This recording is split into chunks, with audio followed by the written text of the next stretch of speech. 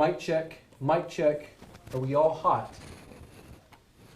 Mic check. Mic check. Mic check. Mic check 1. Mic check 2. We're good. Trammell? We're live. Mic check. Mic check. 14-6. Mic Joe? check. Studio, mic check. We're good. We're good to go? Okay. We live on the Facebook and the YouTube. Just on the YouTube. Are you ready? Yes. Are you really ready? Are we ready, boys? Sir. Hey, what was the update with Lakeview and Fabens? 28-0. My bad, Joe.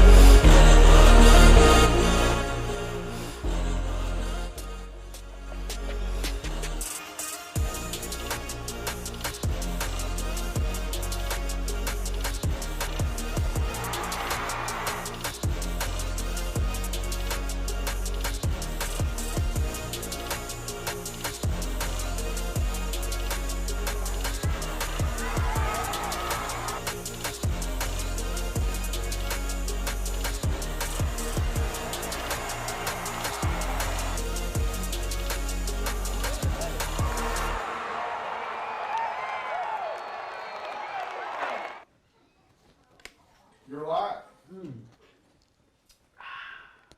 You know, it is week 6. In honor of week 6, little Topo Chico for our good friend Aubry Trufant, El Coño, who will be joining us tonight. Good evening, friends. I'm Manny Diaz, alongside my partner in crime, Christian Gabaldon. Yes, sir. Hey, it is COVER1 Live here on SanAngeloLive.com. Thank you so much for joining us, whether it's on the YouTube, the Facebook, the Periscope, Snappy chat. the Snappy, whatever it may be. Thank you for joining us. Hey, we got a jam-packed show tonight. We do have pretty much all of 6A, all of 5As obviously in action tonight, thanks to last week finally getting it going. But unfortunately for the lower classifications, everyone decided to take a bye week this week, Christian. Really? From the Cristobals, the Sonoras, the Walls, everyone's pretty much in a bye week this week, so we're trying to figure it all out. So we're sorting out a number of games going on this week. But we will bring you some live streams as we're going to effort a lot of these games from Abilene with the Crosstown Showdown, the Battle of the Lean. That's always such a good game. Abilene Cooper and Abilene High. Of course, our San Angelo Central Bobcats in Shirts in the San Antonio area taking on Shirts Clemens. And our Lakeview Chiefs out in Fabens, the El Paso area, plus some very good games. Midland Lee, Amarillo Tascosa, Odessa Permian, and Mesquite Horn. Not to mention Duncanville, South Oak Cliff, Converse Judson, DeSoto, Denton Geyer, Denton Ryan. I mean, these games are just good. Action-packed. Yes, yes. And then plus even Matt Trammell's Levelland Lobos taking on the Dumbest Demons. And then we're even going to... Excuse me. Whoa, Joe. Oh, okay, Joe, can I get past the intro? Well, but you're forgetting a very important game. What is that? Nevada Community, the Braves. Joe, I have not forgot about the Nevada Community Braves. No bye week for the Braves. Yes, no bye weeks ever for the Braves. Okay, so we'll get to them. Plus, a very good game out in Eden. The Sterling City Eagles taking on the Eden Bulldogs. And then our good friends, the kids from Mertzon, Texas, Erie County, taking on Blackwell. It's going to be a very good football game. Erie County sitting at 5-0 on the season right now. These kids just rocking it. This is their first year of six-man football. I even had a chance to hang out with them this week, Christian. Man, these guys looking plenty good. So we'll get to them. Plus, probably one of the most important things of the night is whose stock is up and whose stock is down at the moment, and who's kind of getting a pass right now. So Christian and I will give our thoughts on that. You want to stick around for that. It's good stuff. Christian has some very good ones that he's informed me of We talked a little bit about it. I don't think we fully shared everything, but we're going to get to those here in just a bit. Plus, our guest of the night, Aubry Trufant, tattoo artist extraordinaire from Trfant Brothers Tattoo, right here in San Angelo. Are you getting a tattoo? You know, I already have a Trfant Brothers tattoo. I do as well. Yeah. You have a tattoo? I have a tattoo. It's right here. Shout out Trufant. I got mine Yeah. there too. Shout out Aubry Trufant. He's branded me. He branded me for life. Also, shout out Gabriel Lucky. I know he'd be mad if I didn't shout him out. So Yeah. it's a cool sticker. Yeah, Gabriel Lucky. Yeah, Dream the Product. Yes. You can find him on the gram. So, Joe, you wanted to chime in. By the way, do you have a Trfant Brothers tattoo, Joe? I'm scared of needles. Slacking. Slacking. Christian coming out hot tonight. Plus, we are also hanging out with Matt Trammell, who's at the Jim Bass Cars and Trucks live desk. There he is, Matt Trammell in the flesh. I gotta love it. We had so much fun with Trammell last week. We decided to bring him back. This dude, I tell you, he's working hard right now, Joe. He's getting some live streams going on right now. I believe there's a good one going on that he's right now working on as we speak. I believe it is Abilene Cooper and Abilene High. What about Central Bobcats? That's what everyone's on Hey, we're there. We're almost there. We're waiting on a live stream. We do have an update, though. We do have an update. Schertz Clemens leading the Bobcats 14-0. Are they in the second quarter yet? It should be start of the second quarter. Yes, Okay, sir. now it is 21-0. Schertz Clemens. This score just updated just moments ago. And I tell you what, it's the Bobcats really not doing themselves any favors tonight. 2 consecutive turnovers in this one, Christian. Goodness. I mean, is this almost week 1 all over again? I mean, that's what it's looking like so far. I mean, hopefully not. Hopefully they can bounce back. But in other news, Lady Cat Volleyball won, so that's good to hear for Central. There we go. There we go. Sweat Permian at that. Hey, all right. Muck Fojo. We did hear a very interesting rumor. We might get to that. We might not. We'll let you in on that. We might let you in on that a little bit later. We have Ryan Chadwick that's covering this game with Central. He might have. Let's try to get him on the line. Yeah. Well, in fact, we're going to have Ryan Chadwick in studio here after a while with right. that. So Trammell is saying we do have a live feed ready to go from the Crosstown Showdown in Abilene. Let's get Trammell going on that one, Joe. You can say Well, it's the Crosstown Showdown 2020. We got the Abilene Cooper versus the Abilene High Eagles. It's third down right now, fourth down right now. They got a 4th and goal, so they got to get this one. Here we go, takes a snap, rolls out left, and takes a shot. Oh, and it's no good. That was going to actually make this thing probably a tie ball game. Wow. Now it looks like it's Abilene High's ball. So right now, give us a score update right now, It's Trammell. 14-6. Oh, actually, excuse me. That was third down. So we're actually going for it right here. So Abilene High scores first. Cougars get the ball, throw a little screen, go break off one on about 80 yards, and then Abilene High drives the ball down with their triple option and ends up scoring. So here we go. One in motion, takes the snap, rolls right. Oh, and back door. Oh, and that's a touchdown right there. He caught Nice. Oh man. Little trick play right there. Yeah. it. Going to the old bag of tricks, eh, And Trammell? back door right there. Whoopsie. Nice. Oh, one-handed too. Look at that. Nice. That's gonna give you a chance to tie it up right here. So, Trammell, would you go for the field goal? Would you go for the 2 points here? Well, it's kind of early, but I will still go with the 2 points just to get the tie. I agree. All right. Actually going for the field goal. The field goal is up, and it is good. So the Crosstown Showdown getting interesting early. 14-13, Abilene High Eagles. 14-13, not too bad. I tell you what, my years of covering the Crosstown Showdown as a member of the media there in Abilene, some epic battles. And we're talking the Ronell Sims of the world, the Herschel Sims, taking on Clayton Nicholas. Some of the star-studded athletes of Abilene just going toe-to-toe. Cooper could never get them. Cooper could never get them. It was always the Warbirds that always came out on top. The most memorable year was 2009 when Abilene High just beat the pants off of them, and they went on to win state championship. So It almost makes you wish we had one here in San Angelo. I know. Could you imagine? You guys. You want to have an Abilene Cooper? No. Just a crosstown showdown kind of deal.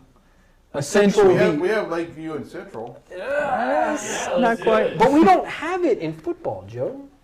How about Wall and Central? Whoa, I mean, you can't do that. You can't do that. It's Wall too big. Lakeview? Too big school. Now, Wall Lakeview is very much possible. Or how about Wall Cristobal? Not there yet. Not there there yet. yet? No. And we could do Wall, Erie, and County. We'd make Wall take. Whoa. No. We can't do that. Now, I did hear a few years back that it was 2 years ago with Houston Guy, the head coach out at Wall, very close to scheduling a Lakeview Wall matchup. Just some things fell through with that. It could be interesting to see what happens in the next few seasons. If Wall continues to boost up the enrollment, absolutely.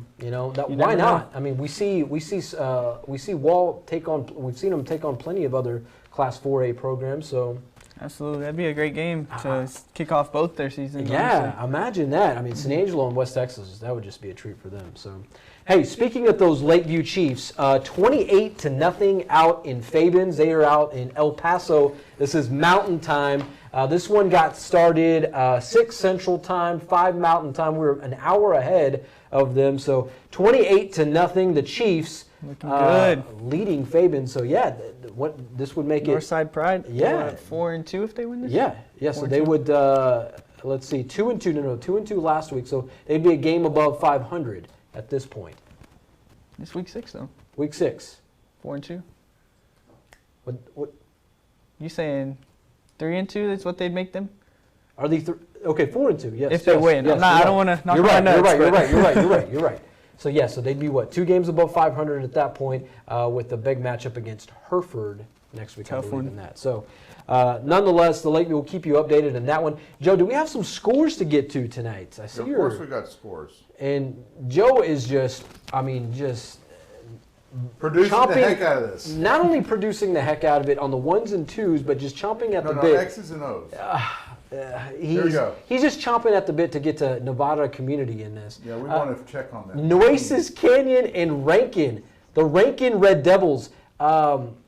Christian, these Rankin Red Devils are, I think, the #1 team in Class 1A Division 1, if I'm not mistaken, or Division 2. I know they're right up there. Hold on, let's stick with that one there. I'm going to pull that up in just a few seconds here. You're messing up with the score guy's fingers. Flipping back and forth. #4 ranked team in Texas, so that's a good ball. Not so much a good ball game, but just a good ball team in Rankin. So 48-6 in the second quarter. Where is Nueces Canyon?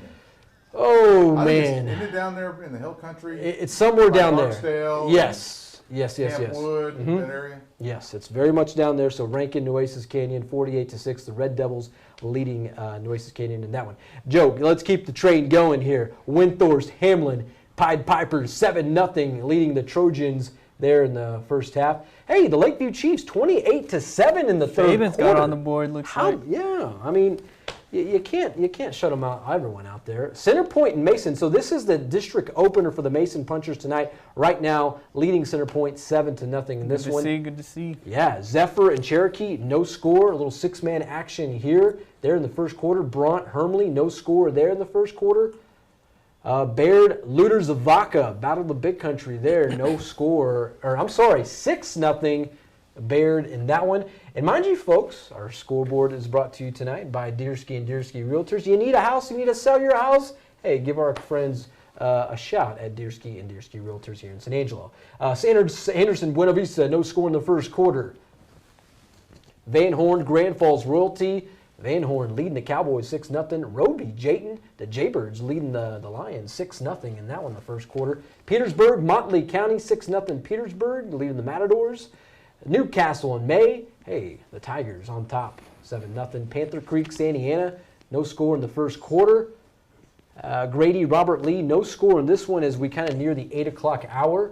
Highland, Water Valley, wow, the Wildcats leading Highland 8-6 in that one. Eden, Sterling City, The number 2 ranked team in Texas, Class 6A or Class 1A Division 1. Garden City Westbrook, no score in the first quarter. Lorraine Ira, no score. We got a lot of 6-man scores in this one so far. Blackwell, Erie County. This is one that we're watching tonight. In fact, we'll get to talking more about the Erie County Hornets. Right now, no score from Blackwell tonight thus far. Very best, Lakey, no score, and that one. Man, we're going to have to refresh here. We did refresh. Refresh, okay. Grandview and Whitney.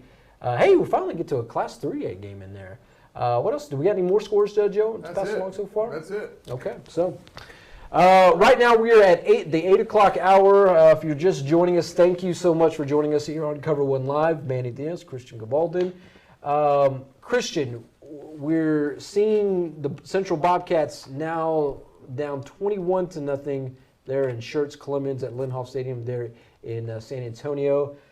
Man, what is going on with these guys? And you got to wonder. Obviously, we don't have any live footage right now, but of course, we've heard costly turnovers have really got the best of them. So just got to hope that offense can step up and defense can hold their ground and not let them score any more points for sure. And, you know, it's just different for them. I don't remember the last time we even went to San Antonio. So definitely a different ride for them. Certainly. Well, it's in you know, Central, they've traveled pretty much all over Texas to find ball games.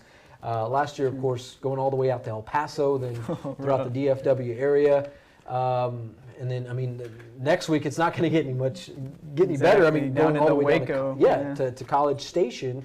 And College Station, if you've ever been there from San Angelo to College Station, I mean, it's already a long drive just driving by car. So I can only imagine what it's going to be by bus to go with that. Remember, I played there for the state 7-on-7. Yes, that's right. So yeah, you've. I mean, a few of those cats may have familiarity with. A little bit. Heck of an experience though up there at state. Man, it's quite the experience. The athletes you see, it's crazy, man.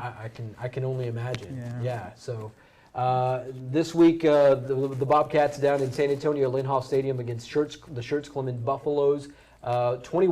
Schertz Clemens leading the Bobcats as we speak. The Bobcats next week down in College Station against A&M Consolidated. So hopefully, Joe's an Aggie. How many Aggies does it take to run a live show, Joe? How many good Aggies? How about them Longhorns, Joe? That comeback. High school? We're talking high school football. Not Longhorns. I'm talking about Texas. Oh, Christian coming out swinging this week. Gotta love it. All right, so hey, Matt Trammell, do we have any live feeds to go to? Are we working on anything? We got one. What are we working on right now? We got Brownwood and Stephenville. All right, so our live stream and highlight this hour. Highlights are brought to you by Eggemeyer's General Store. Hey, let's get to the Wood. This is one of the best rivalries in West Texas. The Brownwood Lions and the Stephenville Yellow Jackets. All right, we got Stephenville and Brownwood. We got quarterback Blaze Espinosa. He's going to find him a nice one right here. Takes a snap, and crossing down the middle, throws it wide open, and that's going to go for a touchdown. Look at him go! Yeah, and stops in the end zone with celebration. But hey, that's going to not take the lead, but it's going to make it 17-14 Stephenville. Keep talking. They're Be honest. What are you doing? What do you mean? I'm just saying they scored the touchdown. The play ended, Joe. Oh, I'm sorry. I thought you were. But you know, announcers keep talking even after the score. Yeah, that was a nice play. And goes for the field goal. It's up and it is good. Oh, almost got blocked there at the end, but nonetheless, 17-14. Stephenville's going to lead this one in the first quarter. 17-14 Stephenville right now. Now, Stephenville, we were talking about this before the program, Trammell. Wait. One thing. Look at our news stream right here on your phone. Look at it. We got breaking news. What do we got here? Live NBA Finals, Joe? No, not the NBA Finals. Oh my goodness. The Friday football stream. We got. So we've So hey, if you have not downloaded the San Angelo Live app, you'll want to do so. It keeps you updated not only just on good San Angelo news, but all the Friday night football that you can handle. So go to the App Store, go into the Play Store. However you get apps, Do it now. Do it now. Get to the Java, get to the App Store. Or you can go to San Angelo Live and look at the bottom right of every page. There we go. So we got options here. Joe's got options. So, Trammell, we were talking about this Brownwood-Stephenville game earlier this evening. Stephenville coming off just a fantastic win last week against state-ranked Dumas. This is a team that you're kind of from your neck of the woods, kind of. Yeah, I mean, not kind of, but I'm that West Texas area. They do play the Loveland Lobos tonight. They're going to have a tough one, but Stephenville looks to be taking it to them. They're actually about to score right here. Down there, outside pass goes, and the first down. This is what I'm talking about. They keep this ball moving, they keep the ball throwing, and that's what they've done since they've had that NFL player Jared Stidham. Jared Stidham. Jared Stidham. He was fun to watch. Now with the New England Patriots, is that still? Right, he's still in the league. Yes. There was a lot of rumors about him actually starting this year. It wouldn't have been a bad idea had Cam Newton kind of gotten in the fold there. Belichick not pulled something out of his sleeve. For sure. What is it? Dollar Bill now? Bill Belichick this week? Hey, so actually the the stream's messing up. Actually, hold up, never mind. It looked like they were about to score, but the stream messed up. They might be actually played a lot more than the things. Okay. Something's going on.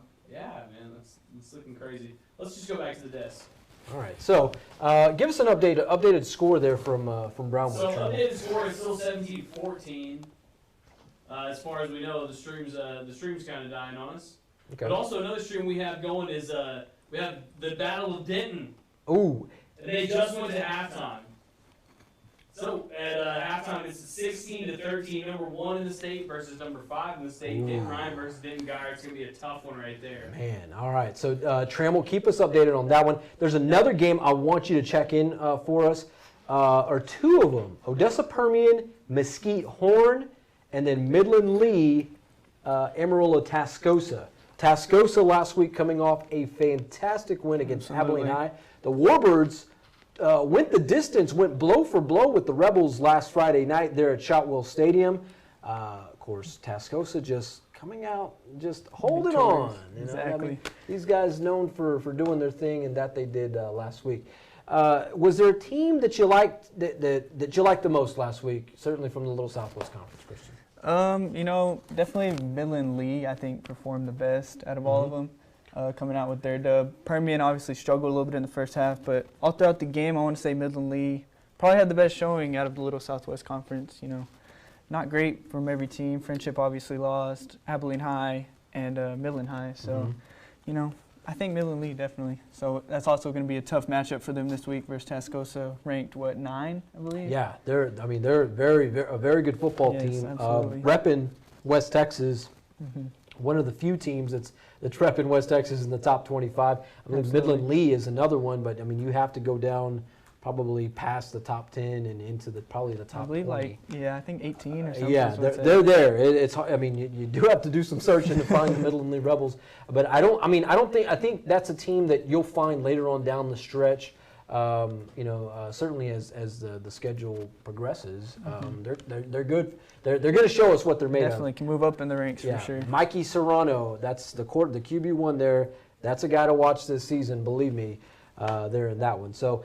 Also, another good one in the Class 6A ranks, Converse Judson DeSoto. That one is in the Metroplex. This is a battle of North Texas versus the San Antonio area.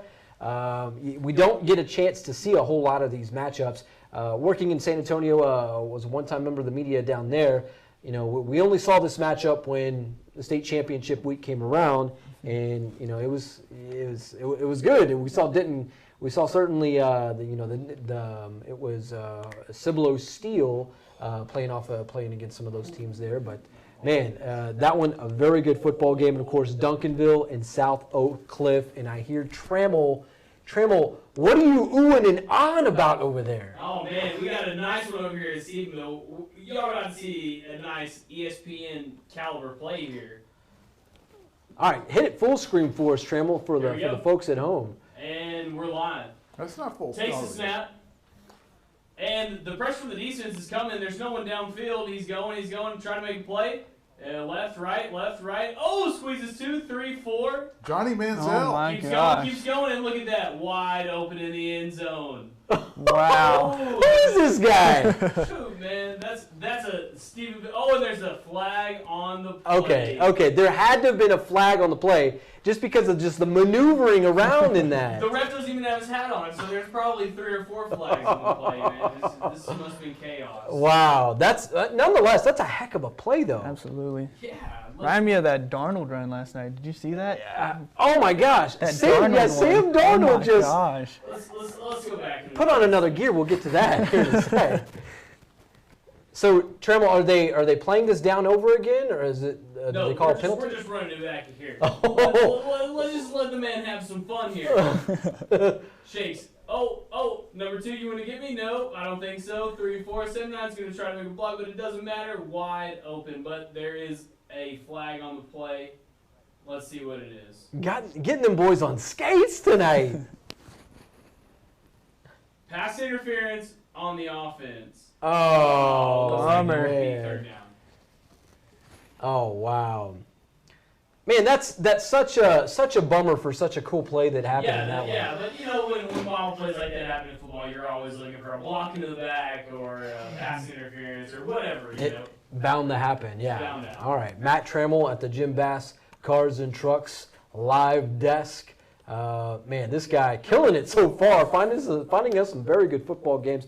Trammell, see what we can find in the Metroplex with Odessa Permian and Mesquite Horn. Of course, Permian coming off just a very dominating, well, I'm not going to say dominating win against Abilene Cooper. Cooper shot themselves in the foot a lot last week. First of all, they went up 14-0 in the first quarter and then gave up 27 unanswered points. You can't do that. You cannot and expect to win. No. And regardless, they only lost by, what was it, 12, I believe? Yeah, I mean they went on just a warpath there, and they ended up giving up 2 pick sixes, a big and even a fumble return for a touchdown. Wow. So you're talking 3 big turnovers like that for scores.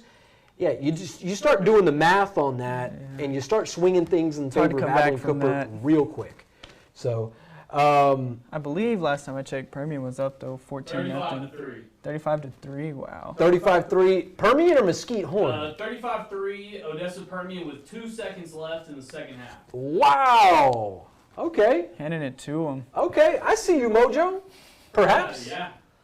Well, the John Moore Jaguars, how do they usually fare? I guess it's all right. All right then. I mean, we'll see. We'll see. So we'll check in. So that's 2 seconds left in the second quarter. That's right. Okay. If we can check out these last 2 seconds if y'all want. Yeah, Joe. Let's bring up Trammell's live cam. And he's gonna take it back. Odessa Permian looking for the long ball, and no good. That's gonna be halftime right there. 35-3. Odessa Permian leads. Man, and for one thing, you know, the folks in San Angelo may have a little shade for me here, but you know, I've always the OP, Odessa Permian, man, they're probably one of just the most historic programs in all of Texas, and it's, you know, it's why not just kind of show noises. why not do a little dog out for him? I know he's because at you. I mean, You got it conditioned to Hold it hate down them. for OPB. It's like Hey, that's a Super different. Highball. But Permian, Mojo, it's the Mojo mystique, you know, and they're going with it looks like the old throwbacks, you know, certainly with the black and white tonight. So hey, it's good to see Mojo. You know, let me put it this way, Christian. I know you probably have some shade for me at this point, but when Odessa Permian's good, it's almost like the Dallas Cowboys. You know, at least when the Cowboys are good, you know, the NFL's fun to watch. When Permian's good, high school football in West Texas is fun to watch. So what you're saying is San Angelo Central's kind of like the Texans. Whoa, nobody's saying Go that. Texans. Go Texans. Nobody's saying that, Joe. That's Joe Hyde. Malachi Brown does have those Deshaun Watson-like moves. can't argue that. So yeah, so it is good to see whenever Permian. It's good to see whenever they're good, they're relevant, because it always makes the rivalries fun. Whenever they're not good, it's just like, oh my gosh, what are we gonna watch this season? Certainly when we get into district play, because we got to have that rivalry game. You know, let's face it. Absolutely. Hey, so we do have in the building El Coño, Aubry Trufant. We will get to him here probably in the next 15 or so minutes. Aubry Trufant of Trfant Brothers Tattoo. He will be joining us tonight. He's going to be going through the highlights. He's going to be going through the scores. And we might even see... Is he going to finish your tattoo? No, Joe. It is already finished. And we might even see an appearance by none other than Dante Brigante. Joe, I'll let you know who this guy is. I know you're over here like, Warm, who is Dante Brigante? Sounds woke. Whoa! No, Joe, come on. All right. So we'll get to Aubry here in just a bit. But let's get to some scores first and foremost. Joe Hyde, Panther Creek, Santa Ana. Man, the Mountaineers. Joe, can you put that on full screen for me, sir? I sure can. San Angelo Central, yikes-a-rama right now. Schertz Clemens just, easy. Wow, yeah. I'm not going to go there. It's 28-0. I'm just not going to say anything to that. Let's keep on going. Texans. Hey. Grady, Robert Lee, 12-0. Grady in this one. Amarillo Tascosa, Midland Lee. Hey, we were just talking about this game, Christian. Yes, we were. So let's make this interesting, Christian. The over/under on points tonight from this team. Right now we're only. Is that the half? That's what it says. So over/under. Hey, Trammell, and we'll let you join in on this as well. Over/under. We'll let Christian set the over/under here, and then we'll go from there with this game. How many points total do you think we'll see tonight? Who's that? Over/under 30. Amarillo Tascosa, Midland Lee. What's the score right now? 7-all. 7-all at the half. break. Oh, we're going 30 over? Over/under 30. Dang, what's the quarter? It's at half. It's Oh, at it's the at break. the half. Yeah. Oh, I'll take the under. It looks like a defensive game over there. Okay, so Trammell's going to take the under at 30, over/under 30 with Midland Lee, Amarillo Tascosa. You taking over or under? I'll take over. Okay. Make it interesting All right. a little bit. Well, they need to make it a little interesting. Make it a little right? interesting. Here we go. Here we go. All right. Okay, so we'll come back to that one there. So right now, all sevens in Amarillo tonight. They're at the break. Highland, Water Valley, 16-12. The Wildcats leading there in the Highland Roscoe area. Eden, Sterling City. Wow, no score in this one. I know we are efforting highlights from that. Westbrook, Garden City, 20-8 in that one in the second quarter. Lorraine, Ira, 8-0 Ira in the second quarter. Blackwell, Erie County. Hey, how about these Erie County Hornets? 12-8 leading in that one. Very Best Lakey. 24-14. Lakey leading the Falcons there. Grandview, Whitney. Right now, 21-0 Grandview. The Zebras leading Whitney. I believe that is in district play. Is there a high school in Southland? Southland? Well, it's on Grandview. Yeah. Like a private high school in Southland somewhere? Never mind. That's a bad joke. Brock, Paradise, right now, Brock leading Paradise 14-0. They are getting started in district play, I believe. Lubbock Cooper, Lubbock Coronado, the Mustangs leading the Pirates 14-0. In that one, Wink, Crane, all Wink right now, 8-0 on top of the Crane Golden Cranes. Brownfield, Shallowater, now we're getting cooking here. 29-0 Shallowater leading the Brownfield Cubs. Midland, Amarillo. Wow. Seeing some life from the Midland Bulldogs tonight. 21-17 in that one. Albany, Meridian, 40-0. Albany Lions. That is a district contest as well. Mesquite Horn, Mesquite Horn, Odessa Permian. The Mojo Panthers leading 35-3 at the break. We just saw that one. We'll get you caught up as that one progresses. So according to Manny, this is the Dallas Cowboys game. Dallas Cowboys. That is something like that. So we've seen the Houston Texans. And now Oh, hey. Now, wait a minute, Joe Hyde. Wait a minute, okay? It's always good to see when Permian's who are relevant. the Vikings? Who's the Minnesota Vikings? Is that like Wall? I would think, if we're talking comparison of the Warhawks, you got to, if you're going to relate them to an NFL team, a consistent NFL team. So let's maybe the New Orleans Saints, Tampa Bay, perhaps Packers, maybe. Packers, yeah. The Buccaneers, Joe. Come on. It's got to be Packers. They're green too. Okay. Mesquite Horn. Let's keep the train going there.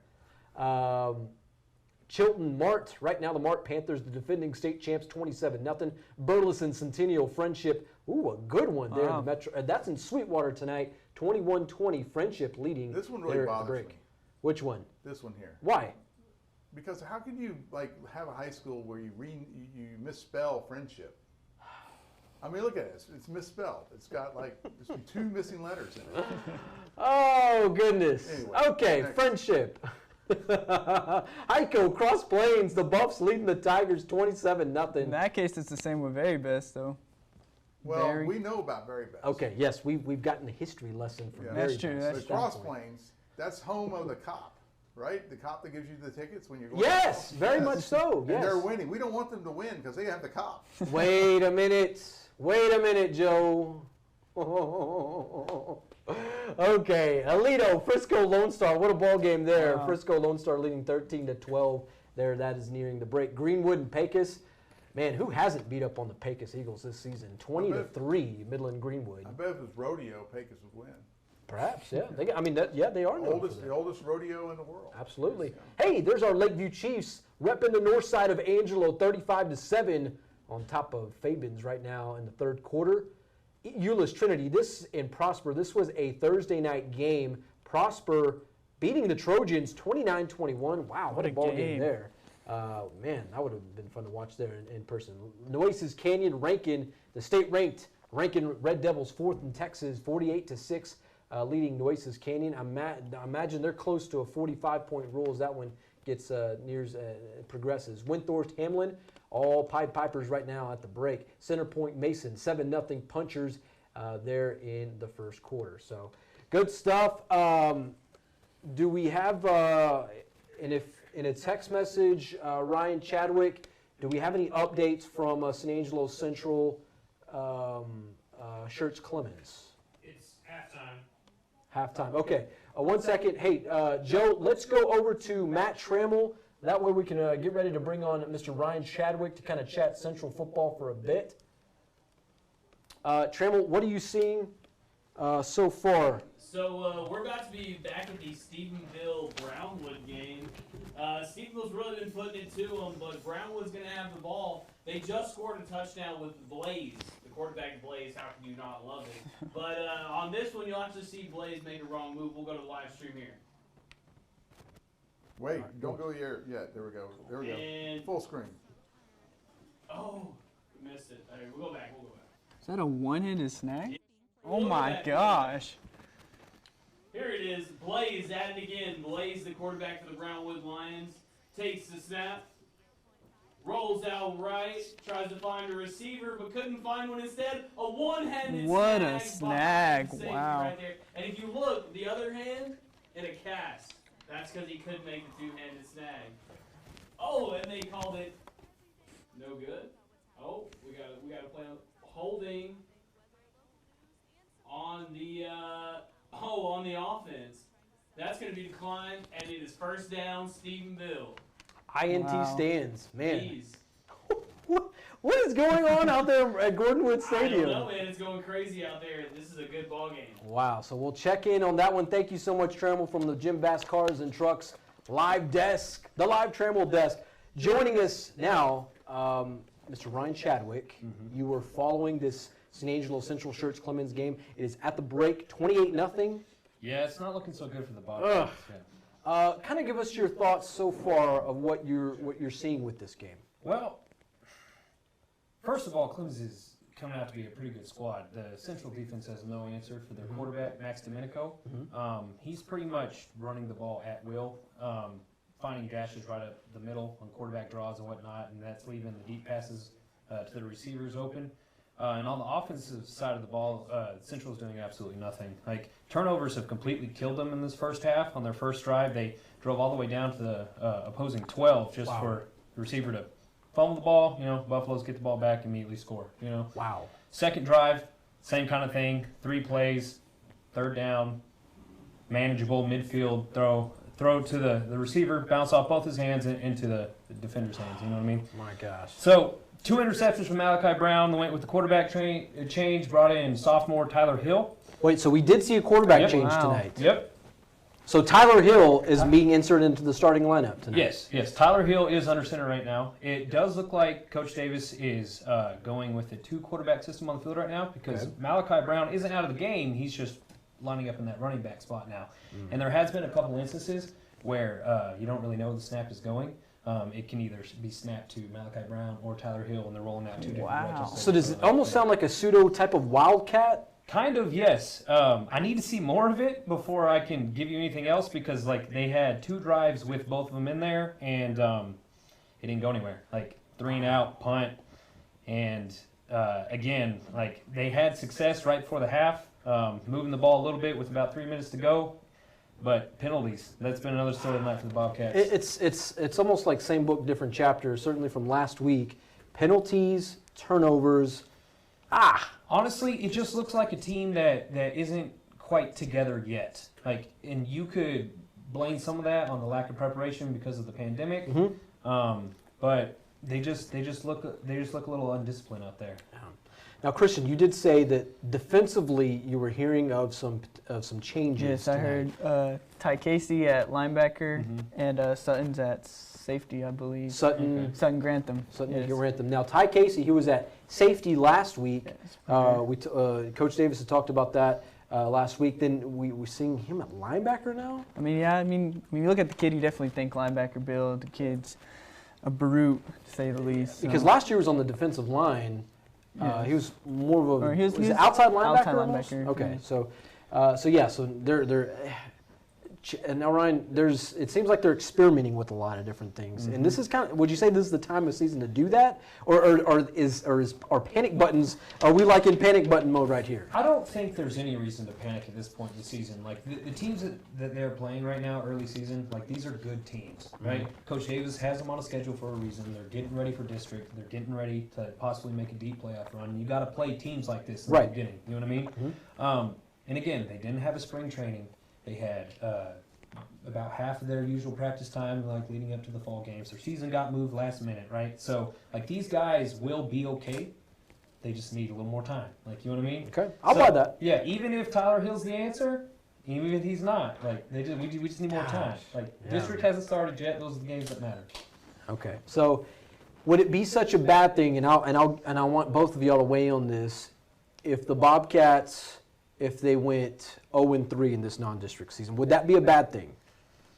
Well, honestly, I think no one wants to start off the season 0-3. Like, it doesn't help build confidence for their guys, but that doesn't mean their season's over, you know? Like, we have the Little Southwest Conference coming back this year, and just the caliber of talent just doesn't match those DFW and San Antonio schools. Like, you know what I mean? If the Bobcats can use this 0-3 or 0-2 start, 1-2, 0-3, to put something together to where, like, when district starts, they can actually start having success on both sides of the ball. They can clean up the penalties. They can have some production. Then they will be fine. Okay. Now, Christian, I'm not saying they're going 0-2 tonight, and I'm not saying they're going 0-3 next week, but would it be a bad thing? Obviously, like he said, you don't want to start 0-3, especially, if it gets tied at the end of the season. Obviously records count, even not if it's, conference play. But, if you can make the adjustments, like I know that coaching staff can, and, get back on track, 0-3 won't be bad, especially, obviously, being back in Little Southwest Conference. Other teams are struggling as well, so I don't think it'll be such a bad thing, as much as I don't want us to start 0-3, but, And they do get Abilene High week 1 of the district season, so Abilene High, they've seen their woes already so far. Although last week was just week 1 for them as well, but I think that may be on their level of competition at this point. God, Lord knows what's going to happen once we get to Midland Lee. Hopefully, we're all squared away at that point. Certainly, most definitely when we get to Odessa Permian. But all right, so the Bobcats right now down 28-0 in San Antonio to Schertz Clemens. Ryan Chadwick, he's going to be updating us all night. In fact, he'll update us at the end of this game. Look out for his write-up following this game. Chadwick, you've been doing such a great job. Before we let you go, you've had a chance to see a lot of area high school football. You've seen Wall, you've seen Lakeview. How much fun has it been just hanging around with these guys? Well, I'm not gonna lie. I didn't know how I'd feel about it at first, but like just being back out there on Friday nights again. Like, Now, you're a former player. You played at Central. Yes, I am Central alumni, class of 09. Nice. All right. Yeah. Sick'em Cats. There we Yeah, go. so my senior year was actually the year that Coach Davis got hired. So like that was a big transition. Right. But just overall, writing is fun. You know, like just being around everything again and being able to give my own perspective on what's going on. I don't know. I'm having a blast doing it. Yeah. So Well, you're doing a fantastic job. We certainly appreciate your help this season. We appreciate you coming on the program tonight. We will see you after the game. We'll give us. I want your analysis. This first half analysis was fantastic. Okay. I don't know how we're going to be able to overcome this one either. But yeah, so, good stuff. I appreciate you having me. Yes, most definitely. So let's get back to Trammell. Joe, let's see what we might have in store on the Jim Bass Cars and Trucks live desk. So Jim Bass Cars and Trucks live desk here. We're back in Stephenville. We're back in. Are we in Brownwood? Gordon Wood. Yeah, back in the wood. Yeah, we're back in Brownwood. All right. So after quarterback Blaze threw the one-handed interception, they got the ball, and here's the ending drive on the play. This is actually coming out towards the end of the second quarter. Handoff left and A touchdown. little sweep. Yeah, Wow. It looked nice. It looked almost like it was going to be a pass outright, and they kind of fooled a little bit of the people. They'll end up actually getting the not just the touchdown, but the extra point on this. Right now it's 24-14 Stephenville. Don't Hey. count out the Lions. Trammell. Yep. Trammell. What's up? Everyone left. I know. Where did everyone go? No, it's fine. We're You're here to gonna- live this. Hey, Stephenville Brownwood. We also go into Lubbock Cooper versus. Here we go. We got another good one. Lubbock Cooper versus Lubbock Coronado. Another crosstown showdown. This replay is brought to you by Jim Bass Cars and Trucks. Here we go. Quarterback bailed out there. Looks like that's a first down run right there. Lubbock Cooper's actually going to be leading this one. Everything else we got is pretty much at halftime. Back to the guys at the desk. All right. Thank you, Matt Trammell with the Jim Bass Cars and Trucks. Matt Trammell live desk. Yeah. Here joining us tonight, our very, very special guest, Mr. Aubry Trufant of Trfant Brothers Tattoo. Aubrey, In style, too. I know, Yeah, man. busting Yes, sir. out the Dak swag tonight. That's right, big body Dak going into Yes, action head to head with the Cleveland Browns this weekend, and I'm looking forward to it. Yeah. Good Okay. game. Now you're a Cleveland type of guy. I know we talked about you're an Indians guy. Indians, Cleveland Browns. My dad's a big fan. Okay. We've been back to Cleveland a few times to go watch him play. Okay. It's just as exciting as Cowboy Stadium. You know, it's pretty amazing. The fans there. The dog pound. That's right, the dog pound. Yes, sir. It's amazing. All right. Well, they got Can't wait to make it back up there. they got a Texan, with Baker Mayfield running the offense there. So he's a product of what we're talking about tonight, Texas That's high right, school Texas football. football. So yeah, man, it's so good having you, Aubrey. Absolutely. Always enjoy conversations with you, and certainly when I go to the tattoo shop, we do pieces with you. You've tattooed both of us here tonight. Christian was telling me. I don't know if he did, but one of his employees did for That's sure. right. Okay. Shout out. Now Joe's also waiting for his next I'm tattoo. afraid of Hey, needles. Joe. No. Joe's gonna get a big old San Angelo Live logo right across his neck. I would have gotten an Aggie one. Like, big old It's a A. big old thumbs up. No, big A with a big Take the T, live little one. M. Take the live tattoo. Okay, so yeah. So you're a Cowboys fan. You're a product of San Angelo Central, correct? That is correct. All right. So what class are you there? 99. 99. Okay, Right. so that's somewhere around the Cedric Benson era. Does that name ring a bell from Midland Lee? No. Okay. Did you follow high school football back in the day? Yeah, I went to all the games. Okay.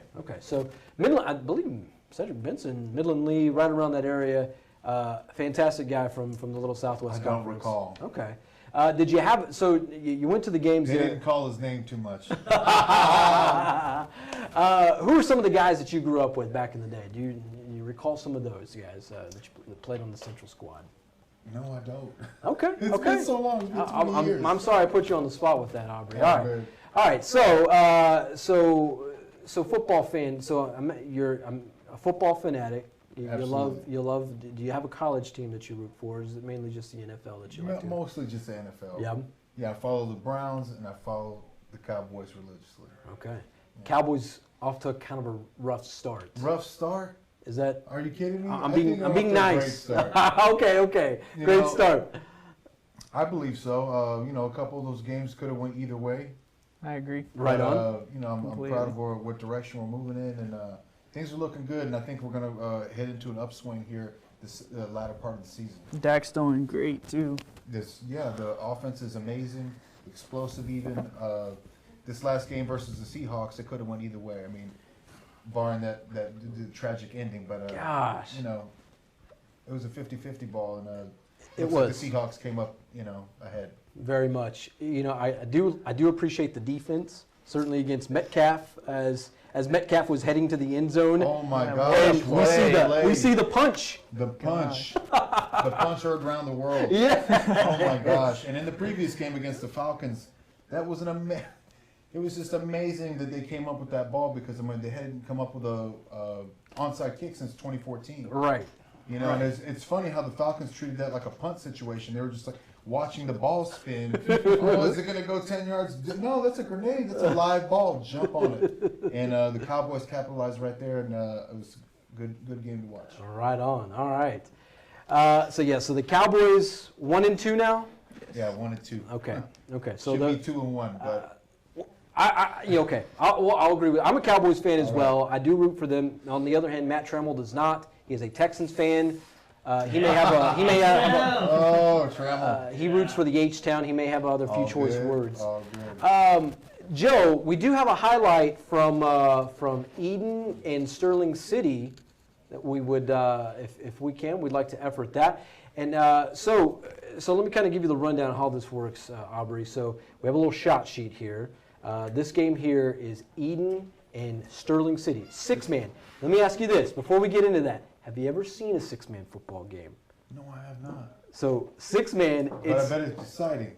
insanely exciting. Certainly whenever both teams are really good, they're putting up lots of High points. scoring. Just a few weeks ago, we saw Lakey and Rankin. Have you? First, let me back up. You ever heard of these teams? Yeah, I've heard of Rankin. So we've heard of these towns. Most I've people. tattooed some people from Rankin. So most people that we bring on the show, when we ask them about, hey, have you heard these towns? It's like, where in God's name is that? Where in God's green earth is that? So Lakey, Rankin, they put up, it was like 90-something to 80-something, high scoring game. It looked like an NBA Finals type of score. That's a shootout. Yeah, certainly a big shootout. So this game, I'm not sure if this one's quite a shootout as it was last week, but Sterling City is state ranked in Texas in 6-man football. They're playing out in Eden tonight. They're in Concho County. So how this works, we put up video here. I'll take the first two and I'll let you kind of squeeze in here. But so we got a shot sheet right here on the screen. This is just a little bit of what's going on, and then we just kind of improvise, let it flow. And just have a good time with it. Absolutely, So, let's do it. So Joe, I'll take the first two, and then I'll let you take the second, the last few there. So Eden and Sterling City.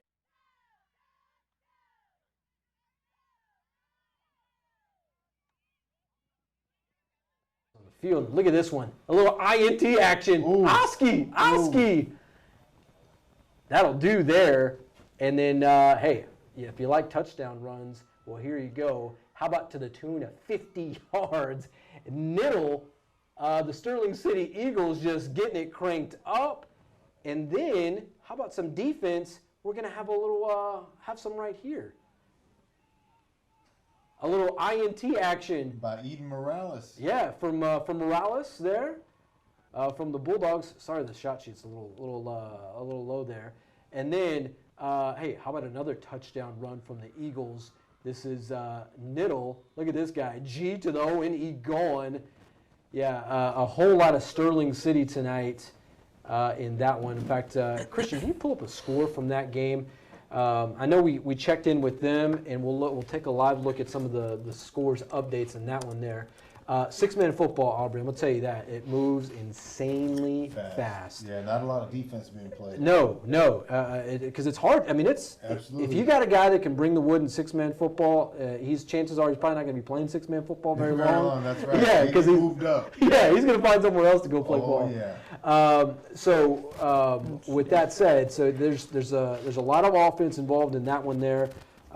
Another team we're going to check out tonight, the Erie County Hornets. These guys not quite in the top 10, but yet this is their first full season of six-man football. So, heck, we got a lot of good things tonight. Central, I believe their live stream is up from shirts from Lindhoff Stadium. The Central Bobcats, Aubrey, it's kind of a tough go for them right now. 28, they're down 28-0. My goodness. Get these boys some Gatorade. Stream? They need something. They need something to Well, get we need Aubry because they're playing kind of like the Cowboys. Oh, shoot. Wow, Joe with the low blow. Joe with the low blow. So we're Aubrey, we were just talking about this. So the with Odessa Permian. Now, as a Central grad, I'm sure you were very aware of what Mojo is about. Oh, Mojo is serious business. You know, they're a great team. Yeah, they did well against us in high school, and I'm sure they're still doing well. They're a powerhouse football team always. Right. Yeah. Right now, they're leading Mesquite Horn in the Metroplex 35-3 as they head into the third quarter. But we were talking about this, and certainly with Odessa Permian, it's always nice for them to be relevant, and it's almost like the Cowboys. It's better when they're relevant, and it's better when the Cowboys are relevant. Absolutely. Because it makes things a little bit more football more fun to watch. Yeah. So please, folks, don't hate me because I'm showing a little love to Mojo tonight. That's just how it has to be. Respect goes where it's deserved, and if they're playing well, why not give them a shout out? Hey, why not? All right. So we do. Trammell, do we have a live look-in of anything ready to rock and roll? That's right.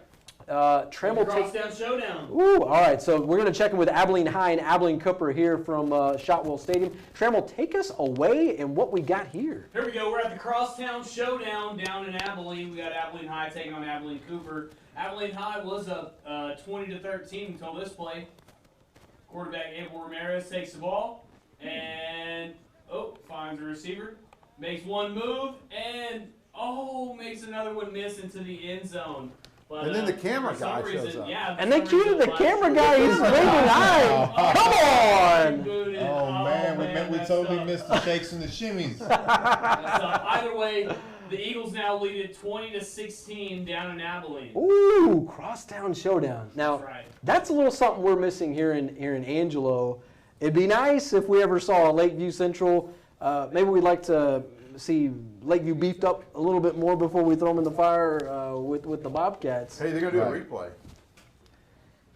Let's see that in instant replay. Yeah. They're going to do a replay. Is this the same game? This looks like a different game. Here. We're actually in Lubbock now. A different Crosstown Showdown. We got the Friendship Tigers taking on the Coronado Mustangs. What are they doing? Coronado takes the ball. Oh, little bitty quarterback back there. You can barely see him, but man, can he move. Oh, tackled hard down there at the 30. The Tigers lead that one 28-20. That looks like at the Mustang Bowl there, Trammell.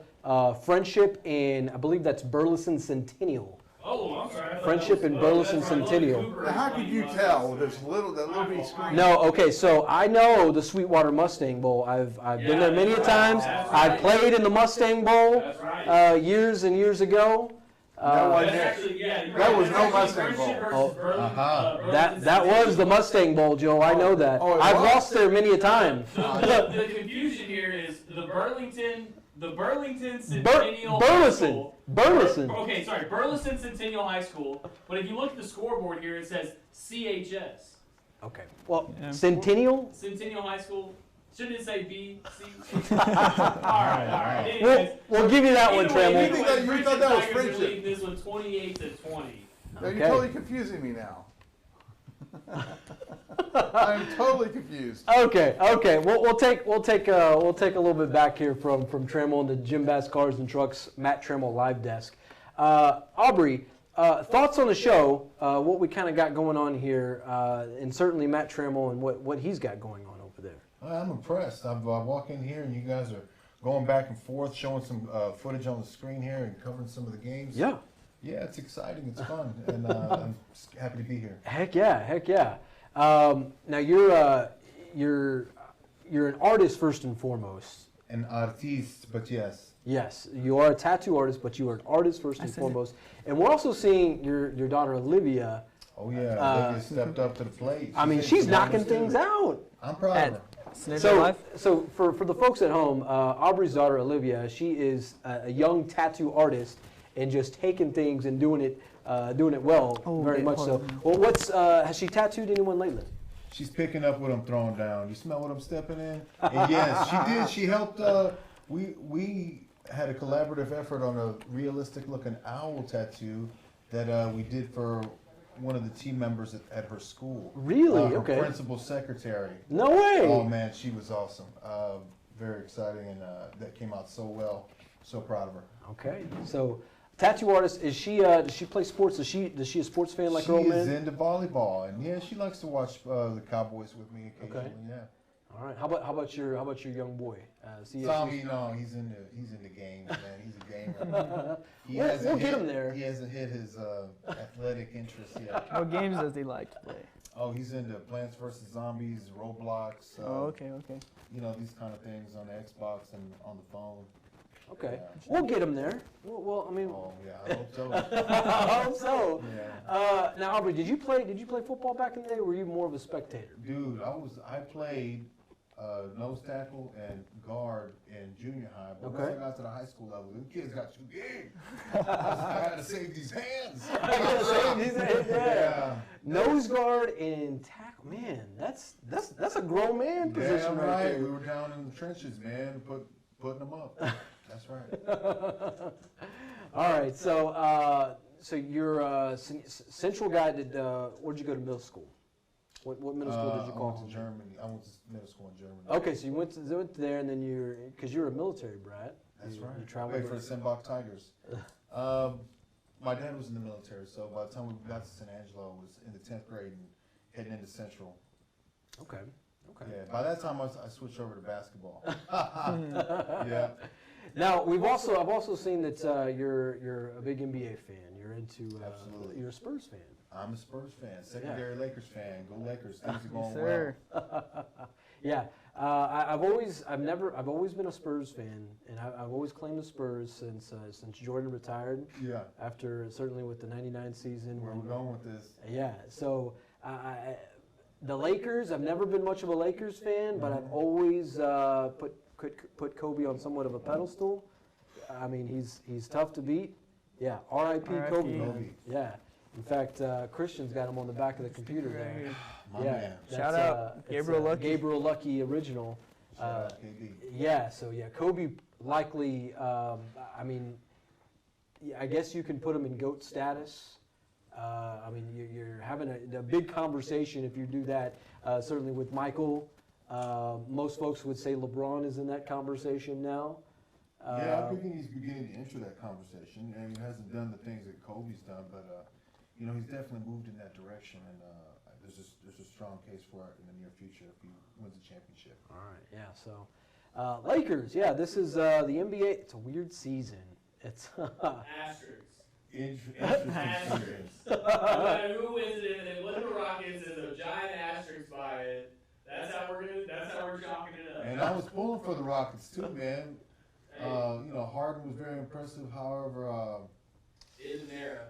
Westbrook did not impress me. He did not step up. He was marginal. It could be an end of an era down there. So now, Aubry, I know you had did you have a chance to kind of take a look at some of these games on the schedule tonight? I know we kind of got things a little late to you. If not, you know, we'll probably go through some of these scores here. Some big games that we are kind of watching, and we'll kind of for the folks at home, the Lakeview Chiefs and Fabens. That one we last saw 35-7. In fact, when Joe gets back to the ones and twos on there, we'll get to some of those scores. In fact, we'll let Aubry take us away on some of the scores. All right. And it's just pretty much just reading them about. Joe, whenever you're ready on those. But some of the big games that we're watching, we'll get back to. Denton Guyer, Denton Ryan. Battle of Denton right now. Two of the best in Texas, and we're talking state-ranked teams just squaring off. 23-20. Yeah. 23-20 in that one? Yep. Which one? Who's winning in that? Actually, somebody just scored. Let me see if I can find a touchdown. I just got a touchdown. If y'all want me to go, Jimmy. Okay. Yeah, okay. Yeah, let's, Joe, let's get eyes on this game. Yes. Aubrey already knows what's up on Dante that. Fizzle wants eyes on this game, Joe. There we go. Dante, okay, we're Here going we to. are. We got the Battle of Denton. We got Denton Ryer, Denton Geyer. Here we go. Quarterback looks the defense, makes some adjustments, and takes the snap. Hands off, and can you see you? Got a tackle, but hey, we're down here at the 10-yard line. Anything can happen. Shoestring tackle. Once again, he goes, and yeah, you're right. Just by the waist, barely, almost got away from him there. But they run this hurry-up offense. They're in a hurry right here. 3rd and 2, takes a snap, hands off again, right up the middle. See you once, see you twice. Got tackled, but 1-yard line on that one. So the stiff arm gets through that one.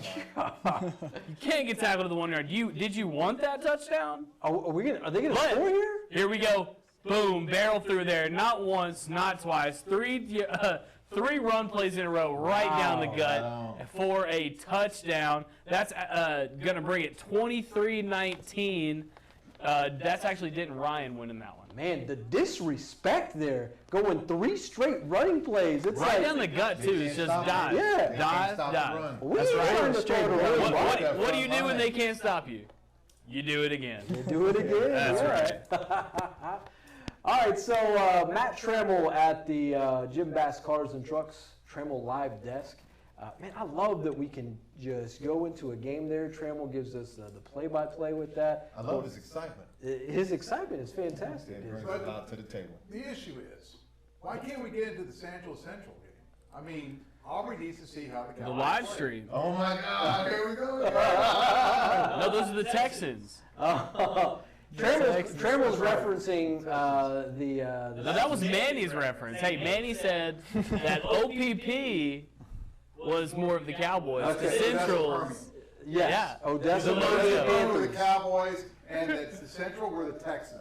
That's what he said earlier. That's not a misquote. Because it is better when the Permian Panthers are irrelevant. That's what I'm trying to say here.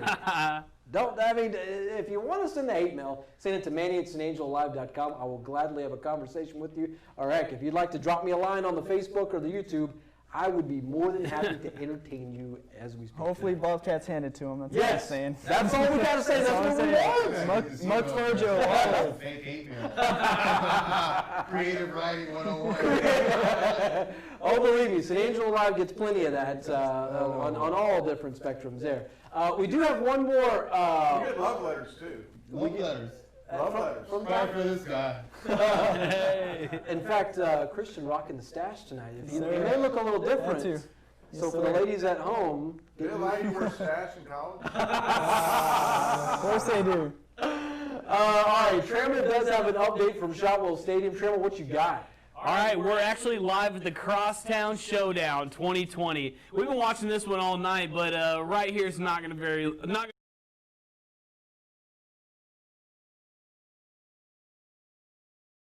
That's all right. That's all right. We're standing by on All it, right, well, you need to go full screen.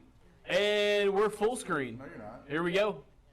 Oh, see what's going on with these streams. I got some kind of computer stuff on the right-hand side. Oh man. Well, either way, the Cougars threw an interception. It looks like they're about to score Abilene right High here. line cover.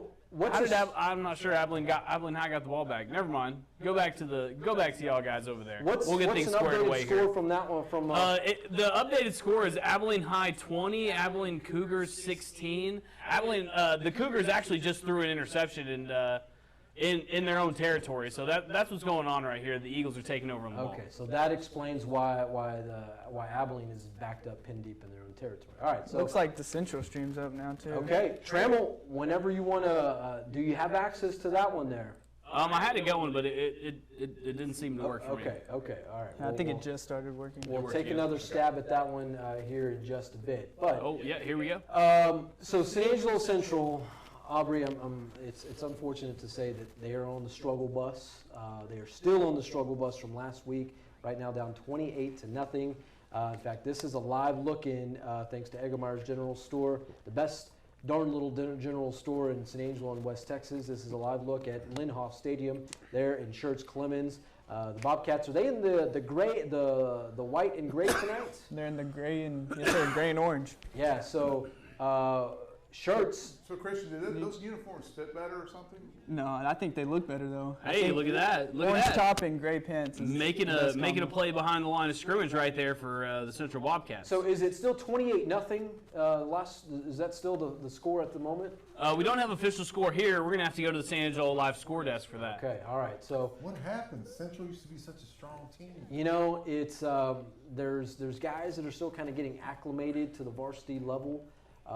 We're seeing perhaps maybe a new. So we had a big crop leave, and now we're bringing up the young. Yeah. Hey, look, this guy sitting Yeah. beside you. Yeah, Yes. Okay. Christian Gabaldon was a Talent key development era now, component. Yes. Ever since Christian left. Here we go. And Tanners. Wait. Making plays down the field. Oh, look at that. And that's a good breakup. That's not going to be a live ball. We got a turnover here. Wow. That's not going to be a live ball. That play was that ball Okay, hit the ground. we'll let them come back with the replay here. Let them play, Trammell. I'm just saying that play wasn't a live They ball. might have a replay. We'll see what's going on. It looked like it looked like an incomplete pass. Okay, we'll wait to see what the decision on that. But Aubry, just to kind of give you a heads up on this, so Central, it's Here's the replay. the last two Takes the seasons. pass. It's been a little difficult for them. Yep. And that's Certainly, gonna I bounce wouldn't on the call them rebuilding. It's They just don't guys that are intercept. getting acclimated to the No, next it level. bounced on the ground. Yeah, developmental phase. Oh, it did? So Yeah, bounce on the ground. programs Before he caught across Texas, they all go through it. You know, unfortunately, the Bobcats are kind of experiencing that at the moment. All So. right, okay. No wrong with that. Except Yeah. for Alito, it seems like. Alito just always. I know it's if you're Alito, if you're any DFW team, Yeah. those guys just reload. That's just the term. They don't ever rebuild. They just reload. So yeah, Trammell, with that game at Linhoff Stadium, is that indeed a turnover, or the Bobcats going to get the ball back? It's not looking like it. It looks like it's more of an incomplete pass. Okay, so it will stay with Schertz Clemens. It looks like we'll keep you updated in that. Yeah, they Also- called it. They called it. Or what happened was a defensive breakup. The ball hit the ground and bounced up, and the defender grabbed it, and so no one really saw it bounce up because it happened so quickly. Make it look And real. so it looked. Yeah. So you know what? Hey, if you're gonna catch it, you might as well make it look like an interception. Fake it till you make it. Gotta sell it. That's right. All right. Fake it till you make it. Yeah. Sir. All right, so the Bobcats trailing 28-0 there in San Antonio against Schertz Clemens. This is a team that won their district last season. They beat state powerhouse Converse Judson. If you know anything about the Judson Rockets, go look back at the 2002 state championship game when they played Midland High down at the Alamo Dome in San Antonio. What a fantastic finish. It just, that game, you Google it, you search it on YouTube, you'll see what I'm about. Christian, are you familiar with that game? You know anything about that? Okay, so here's the tail of the tape. Midland High goes up by I believe a touchdown within the last minute of the game. Okay, and it looks to be all smiles on the Midland High sideline. The folks from West Texas are cheering. Yes, we're bringing back our state title. Converse Judson comes back on the next series, bombs away down the field. Judson wins. Ball game, and the folks from Midland just heartbroken. You got a memory on you. You quoting games 10 years ago? You used to be about players from 20 years ago? Wow. Well, I do remember watching that game live. I watched that game on television, and it was just fun to watch. So it's one of those games you just never remember. It's like the Memorial Day shot from San Antonio with Sean Elliott against the Houston Rockets and sent them to the finals that year. That's right. Or not the Houston Rockets, the Portland Trailblazers. Step back three in the corner. In the corner at the yeah. Dome. Yeah, that was one of the games, most memorable games in Spurs history to never I might have forget. been at that game. I don't know. Seriously, I used to buy the cheap seats and just wander on down to the front when I was a kid. And I saw many a game at the Alamo Dome. It's amazing. That's a Good time period for the Spurs. fun place to watch sports. Not only just the Spurs, but I mean, you can catch Cowboys camp down there, catch bowl games, UTSA now. Years ago, I was part of the last Cowboys training camp that they had there at the Dome. Wow. With Tony Romo. Thanks for the invite. Well, this is before we had met Aubry Trufant. So it was my time with the NBC affiliate WOAI, and it was the final year of Cowboys camp there at the Alamo Dome. It was a lot of fun to watch. Got to look at Pee Wee Herman. If you ever want to watch Tony Romo just run like a crazed child, bring Pee Wee Herman in the fold, and you'll see that. Oh, wow. It was an interesting dynamic there that afternoon. I bet it would have been fun or awkward to see. Yeah, just to see Pee Wee Herman at Cowboys training camp, it's like, what channel am I watching right now? You know, Right. Is this real life? You know, so you had to kind of figure that out. Trammell, are we still watching the Central game? What's going on over there? We're watching the Central game. They actually just got off the field. Look at that. No, the defense just got off the field. They got a punt right here. First and 10, Bobcat football. Okay, well, Let's go Central. Hey, look right there. You know who's quarterback right there? That looks like to me that's Malachi Brown at quarterback. Okay, so Malachi in there. Christian Maybe not though. Maybe not though. That looked Maybe- like Jalen maybe not, though. Majesty on that screen. There's two number 8s in right now for the.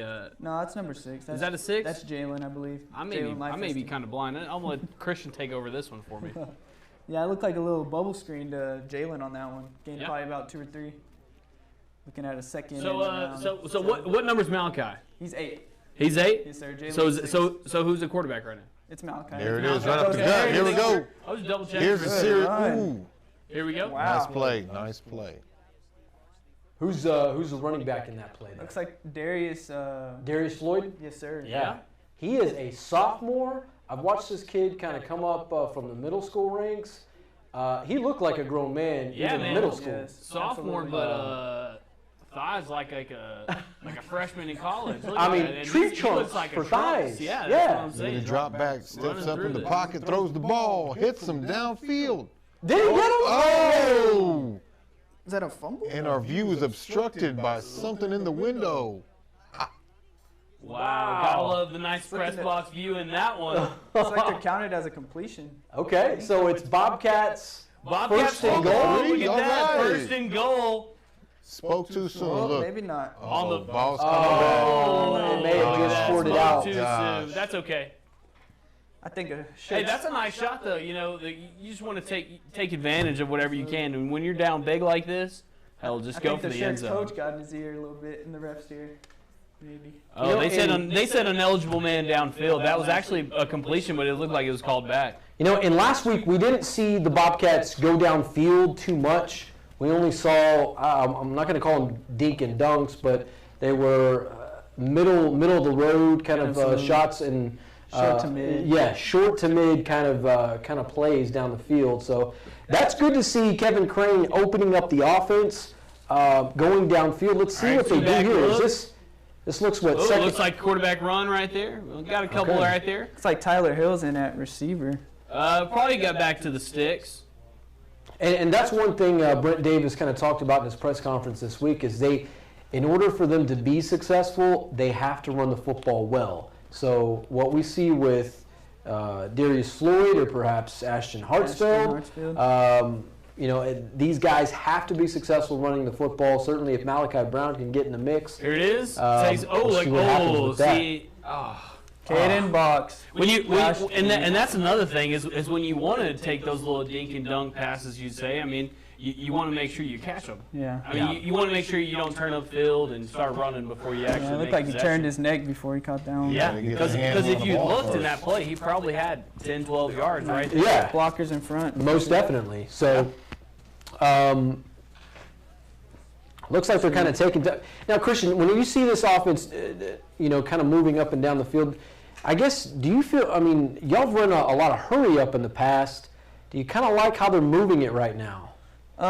Yeah, I'd say I like it. They're definitely quick with it for sure. They just gotta, obviously catch the ball. Caden should have caught that and just get things going. Hopefully, Right. because they had that completion that obviously the penalty costed them. But I don't know. Hopefully they can get one here. All right, now this looks like it's 4th down. So Aubry, are you a guy who likes to maybe roll some sevens here at this point? Or perhaps looking to roll some sevens? Well, they're on their side of the field. It's definitely worth a shot. Here we go. Let's see what happens. Oh, Nice catch. Nice catch. Way to go. Redeemed And he himself. capitalized on this opportunity. I like it. Baby. Oh, yeah, and honestly kind of took a little hit after that one, but hey, And we'll take it every Grown time. man snag. And that's Yeah. a good mark downfield. It's not like it's one of these passes that we were talking about, Christian. It's not going for the full home run, but it's enough to move the sticks and make a significant dent there. And then of course Aubry calling the rolling the dice of that play there. Yeah, rolls out. Malachi, And what's going to This happen? drive, it looks like they're tying down his defense. hey, it looks like he's throwing with some confidence out there. You know, sure. he's not Absolutely. scared to throw it. That's for sure. Nice sideline grab by Malik on that one, calling for it.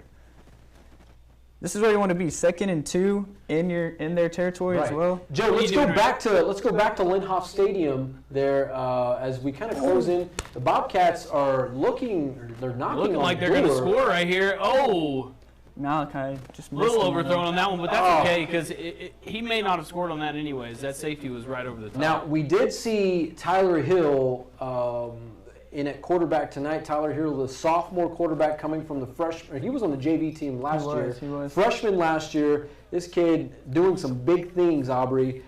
You don't see sophomores and freshmen certainly making big names for themselves at this age.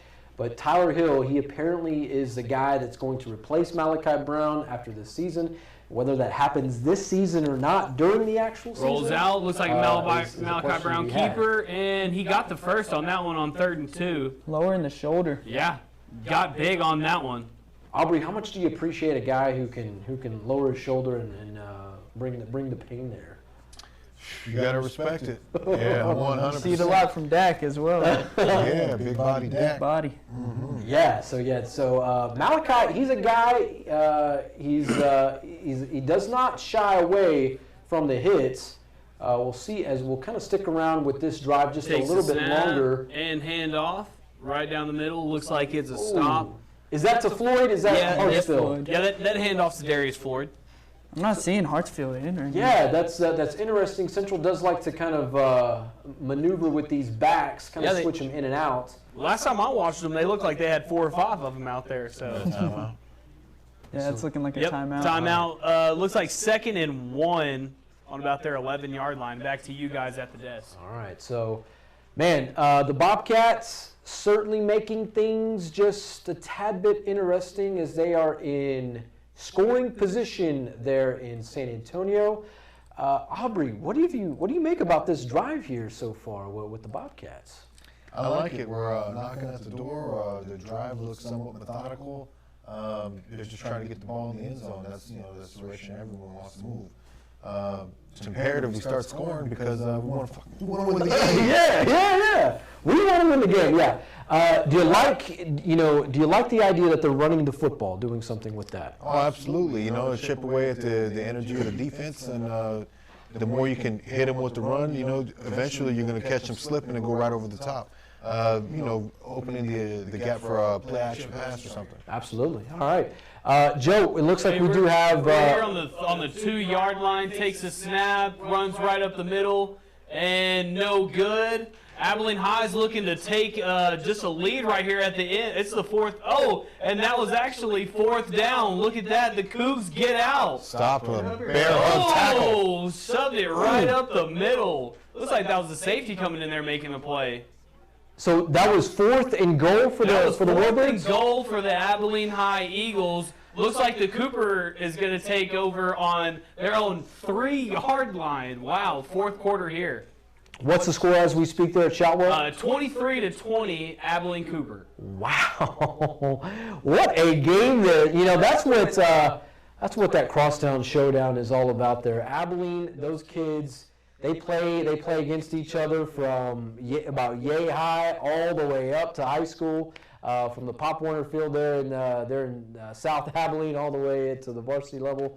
Man, that's so much fun to watch. We'll get a look with Matt Trammell as that one progresses there. Aubry Trufant here joining us. Are there fans in the stands here? There are fans in the stands. There are fans all over Texas great. watching That's good. Texas high school football, That's which is good. good to see. We're seeing them trickle into the NFL stadiums as well, certainly with the Cowboys. Absolutely. Some teams are playing with no fans in the stands, but I think that's local government and upper echelon people making the call on that. There's no way not gonna have Cowboys. Yeah. No way. Now, Trammell, let's get this the stream going back with the Bobcats. It looks like they have switched sides of the field. They're going into the fourth quarter, I believe. Yeah, here we go. We're actually here on the 10-yard line. Flag on play. Let's see what we're going to have. Maybe a false start, something pre-snap. Oh, looks like by the way they're acting, looks like, yep, it's going to be a false start on the Bobcats. That's going to set them back here. Look like on the 15. It actually looks like if they get to that 5-yard line, they're going to be on a first down. And of course, our live stream, our live highlights presented tonight in this hour by Angelo MRI. Appreciate those guys for the assistance, the help tonight. Yeah. The Bobcats right now in scoring position. Trammell, keep us going on this. Here we go. Malachi Brown takes the snap, looks to throw it, throws it deep. Oh, in the hands, but misses it. Christian, who is that in the hands of there? Malik Haywood. Yeah, that's going to be, yep. Because he should snag that. Looks like Malik Haywood. He actually had it in his hands. Was that third down or was That looks like that was fourth down. Yikes. That's going to be first and 10. First and 10 shirts? Clemens. Yeah, Yep. so Clemens. the Bobcats unable to capitalize when it matters the most. Thank goodness this is the non-district season, and this game does not count to what they're going to be How much experiencing. time is left in that game? I would have took the points. Yeah, so that's Take the points. the start of the fourth quarter down in San Antonio. I think it's 28. Last time we checked, it was 28-0. 28-0. That's what. 28-3 doesn't look much better. Okay.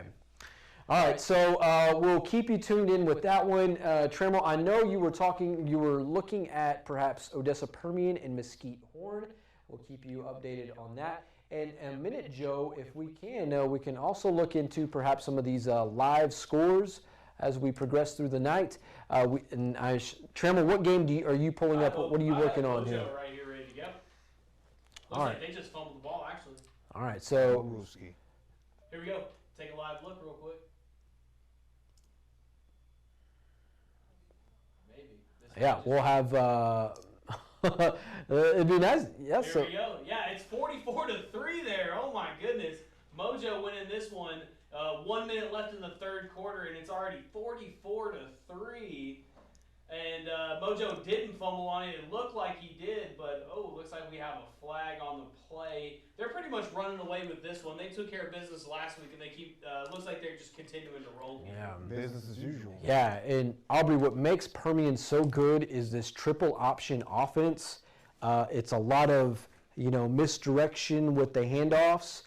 They're one of very few teams in the state of Texas that actually runs that type of offense. We've seen it in the last few seasons with Euless Trinity. These guys, if you know about Euless Trinity, or if you don't, they're man children out there. They're big old Samoan boys. Christian got a first-hand look at these guys last season. Buffet boys, yeah. Yeah, the buffet. Yeah, the buffet kids. Yeah, they help move the ball. Yeah, and so that's certainly what I'm not sure if Permian they have that kind of size of Euless Trinity, but that's the style of offense that they've ran since the '80s. You can probably even go back with that, or you can certainly go back to that with Booby Miles and Student Body Left, Student Booby Body Miles. Right. Yes, Mike Winchell's Booby Miles. All right. I like it. From back in the day. So, man, what was the updated score from Mesquite, Trammell? 44-3. Yeah, 44-3. Man, what a blowout there. If Permian 23 seconds left in the third quarter, 44-3. Okay. Mojo. Keep an eye on that one. Let's see if Mojo has enough to pull out another score before this one is all said and done. But in the meantime, I see that Joe Hyde is working on some scores. Our next hour of coverage presented by San Angelo Cardiovascular Center of Excellence. Go see Dr. Leon for all your needs there. San Angelo Cardiovascular Center of Excellence. All right, our scoreboard tonight presented by Deersky and Deersky Realtors. Joe Hyde, let's get this thing going. Joe, if you want to blow it up in full screen there, and we'll let Aubry Trufant, our guest of honor tonight, he can rattle off these scores. Aubry, can you see that one there? Absolutely. Center Point versus Mason. Mason takes the cake with 48-0 over Center Point. There in the fourth quarter. And Joe, just keep us rolling here. Petersburg against Motley County. Petersburg struggling a little bit. Motley County is 46-13 against Petersburg, taking the cake there. All right. Looks like we got Grady doing well at 48, and Robert Lee struggling, only scoring 14 points.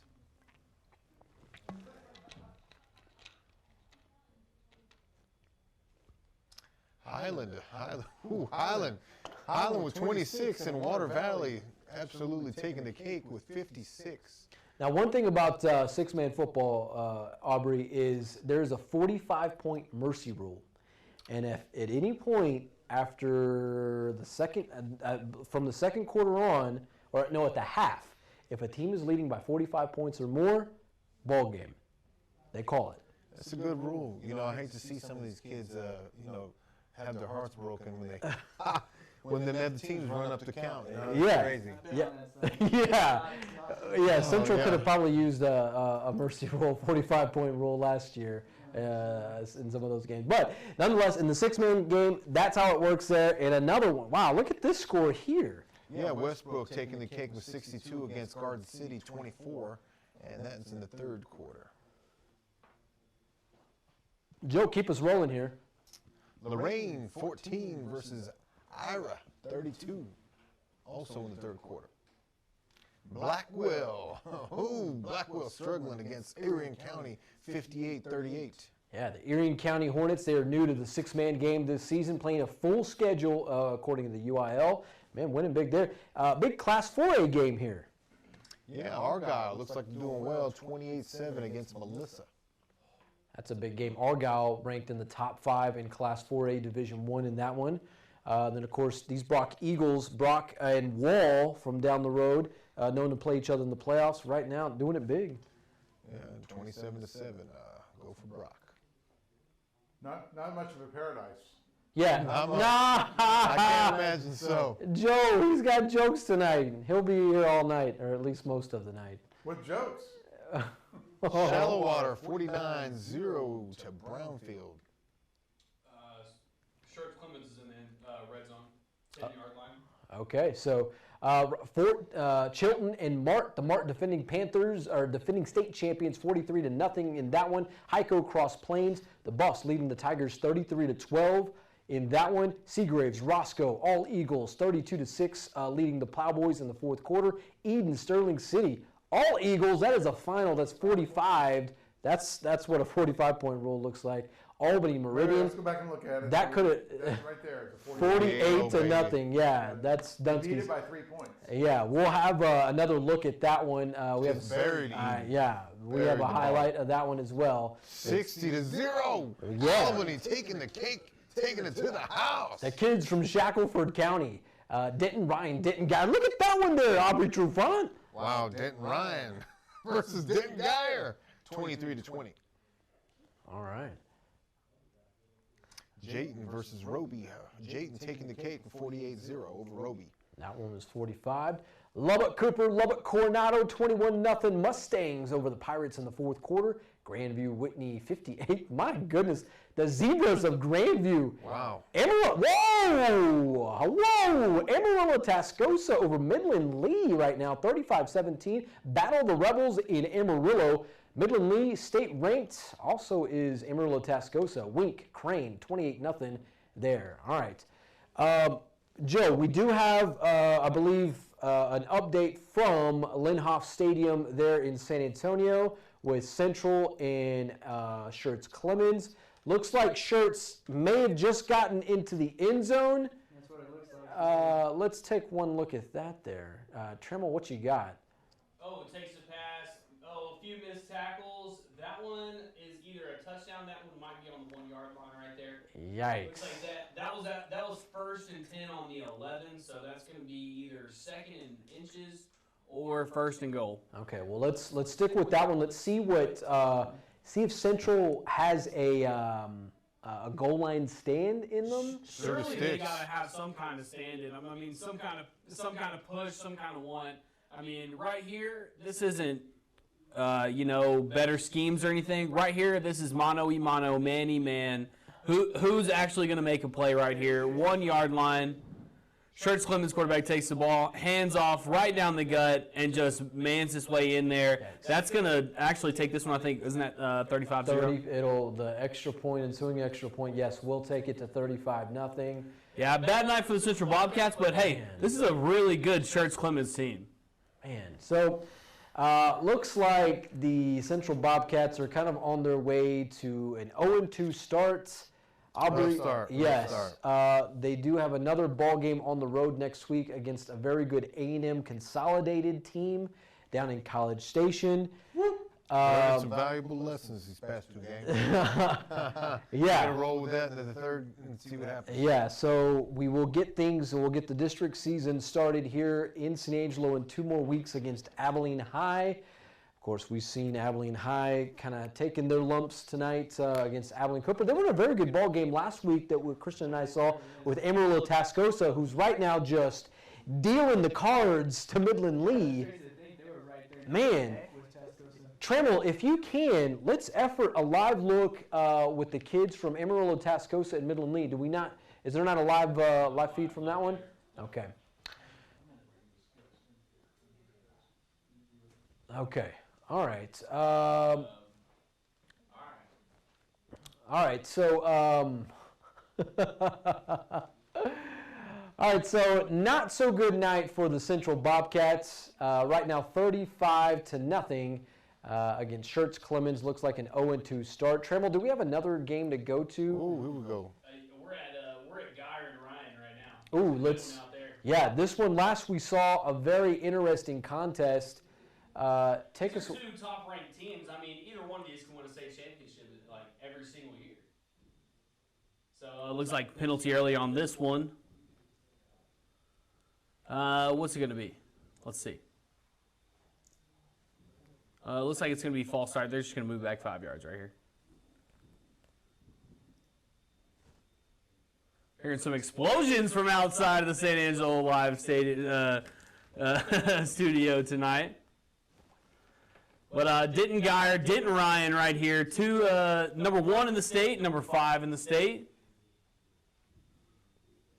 Oh, that's the football game, isn't it? Oh, they're having Oh, the baseball game, the ASU Rams baseball game. That's right. That's right. The explosions from the Rams baseball. Hey, there's sports going on everywhere here tonight. It's like Baylor Johnson just got a nice pass to Central. Shout out Boston and his little brother. Hey, we can go check in on that game. All right, so Joe, let's go back to Trammell, and right now it appears that the Bobcats are back with the rock. Malachi takes the ball, and a little screen pass going probably -1 on that one. But hey, they probably didn't start the ball on the past the 50-yard line, so they must be moving it a little bit, right? That's a good sign for the Bobcats. Right now, locked up, just throwing to the flat, dumping it off like that. As the weeks kind of go on for this Central offense, you kind of just think, any kind of yards that you can get, you're kind of living with, kind of just building on. So every look's an account. Even when you're down big right here, I promise you these looks right here against these type of players will definitely make a difference when they start playing Mojo, when they start playing Midland Lee, when they start playing Friendship at the end of the year. Aubrey, do you at least appreciate the fight that you're seeing from the Bobcats tonight? I mean, oh, absolutely. You can't give up. You got to keep things rolling and execute some things well. Keep those jogging in your memory bank because you're going to apply these things next game down the road. Mm-hmm, most definitely. We always talk about some of these guys. You can't feel too bad about this game. I mean, let's think about what happened last week with the Ravens and the Kansas City Chiefs. And I got Lamar Jackson on my fantasy team. I was, at least to say disappointed, but I'd take that game any day of the week. No better person to lose to than Patrick Mahomes. Yeah. You got to respect the skills of a master football player. Yeah, no doubt. So the Bobcats like these guys. Yeah, you got to just fighting. continue to fight and give some respect to your opponent. All right, let's. Do we have one more look from that game there? Or what do we got, Trey? Yeah, they're still driving right here. We can follow the drive here. What down is this one? Looks like it's 4th down right here. They're going to take a timeout actually just to kind of reassess things and see what's going on. One thing we've been seeing with Central, at least since I've been able to look at it, is one thing that's not breaking down is the pocket.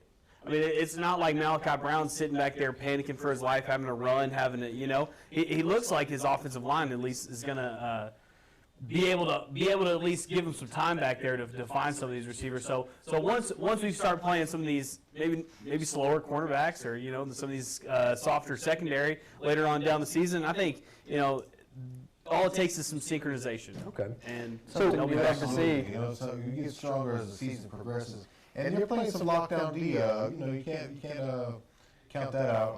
I like what I'm seeing. I think Central will pick up some steam here in the near future. I would hope that they do get in the end zone at least once tonight. Before we get into garbage time, before the time gets less, before they start pulling starters from the other team, to at least get one touchdown in there. Right looks like, as Aubry says, it looks like they are very close to doing so. They are taking a timeout. I have an announcement. Joe, you have an announcement. Yes, Announcement. sir. Yes, sir. Nevada Community. Uh-huh. They're not. Oh, what's up? What? Oh, Get out of town. Yeah, they're not playing till tomorrow. Saturday night. Hey, well, do we need to do a live show? Do we need to do a live show tomorrow for Nevada Community? Probably need to do a live show tomorrow from the Nevada Community. Okay, so I've written their fight song. okay, let's catch up our guest here, Aubry Trufant on Nevada Community. Community must be a special community. Yes, so Joe's kind of latched on to the Nevada Community bandwagon. Is a team from the Dallas-Fort Worth area that's north of Dallas, isn't it? Somewhere around there. Where it is. I thought it was a church. So they are the Braves. Many mascots around the country. They are under siege that depict Native American life. We've seen something with the Washington football team. But we're the Braves. But Joe is kind of taking them under his They wing. refuse to go woke. That is So they're why. refusing to change their. That is why. Refusing to go woke. Okay. So I written the fight song for them. Okay. All right. Yes, Joe, as you will with the fight song, please. We Sir. are Nevada Community. We are Nevada Community. And we are the Braves, and we fight. I feel like this Nevada Community song, I feel like there's a different Nevada Community fight song every week. I'd like to compare, the original Nevada Community to Joe's rendition of Nevada Community. Hey, stay tuned. By COVER1 into the season, we're going to be looking for content. Yeah, we'll figure it out. Yeah. We need to fly out there and cover a game live.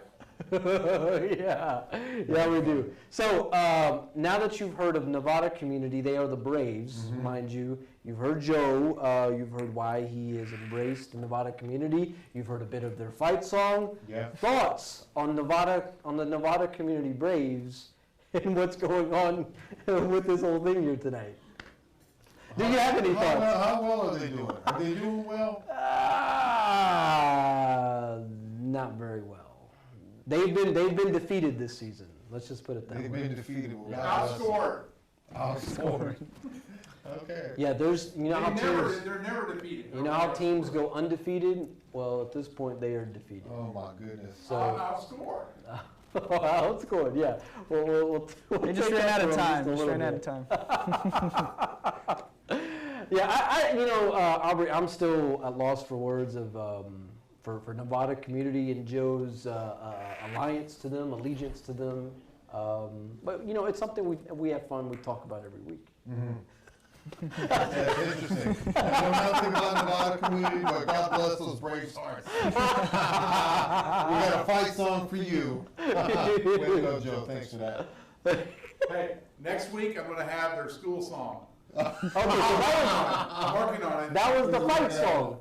No, you have a fight song and you Right. have the school song. Right. The one everyone cries to at graduation. Uh huh. Well, So Joe, now Joe's very well capable of putting together a school song, a fight song, because Joe was a member of the band at Katy High School. I was a band where? Whoa! Oh, I can't Joe, please!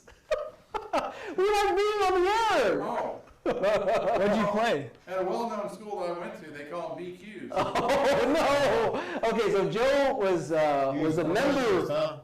Are you a percussionist? No, I was. I was a slider.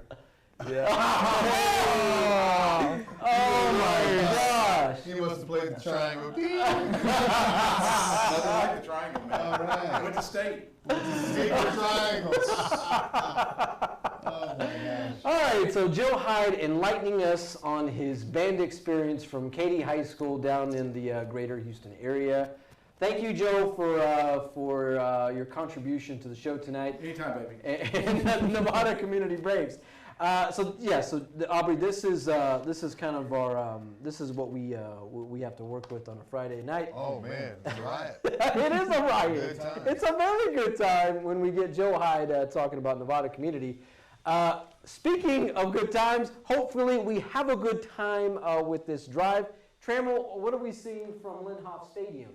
Well, we're seeing a 4th down right here for Schertz Clemens. Actually, the defense for the Bobcats is stepping up, and a commercial. Okay. So We're seeing a commercial. we won't go back to Lindhoff Stadium just yet. But okay, so they were at 4th. So Central gave up the football. Yeah, at the end of that, they ended up not getting it, and but hey, 3 and out, you can't complain. Okay, but it's 4th and 1. But no, it's 4th and 1 for Schertz Clemens now. Okay, does it look like they're going to be going for the punt, or they're going to line up and they're going to? I'm not sure. You know, it's on their own side. Is it I game would overtime? imagine so. I think Central might have called a timeout, so they might be going for it. Just no mercy on them, I guess. Shoot, man, that's rough. Hey, we have comments. Oh, where do we have comments on the Facebook or I'm the excited YouTube? to see if they go for a fake punt and run it. Oh, we're looking at something there. Hey, Trammell, before we go live with that, Hurry. can you sling it? Yeah, we got a run it back? Friendship Tiger touchdown. Hopefully this won't be happening to Central in a few weeks. Right here, that's a simple inside zone play, and take it to the house. Friendship's actually playing Burleson Centennial this week, and they're going to be leading it 48-35 in the 4th quarter down in Lubbock. No, they're in Sweetwater. Sweetwater, Yeah, yes. they're in the Mustang Bowl. That's Them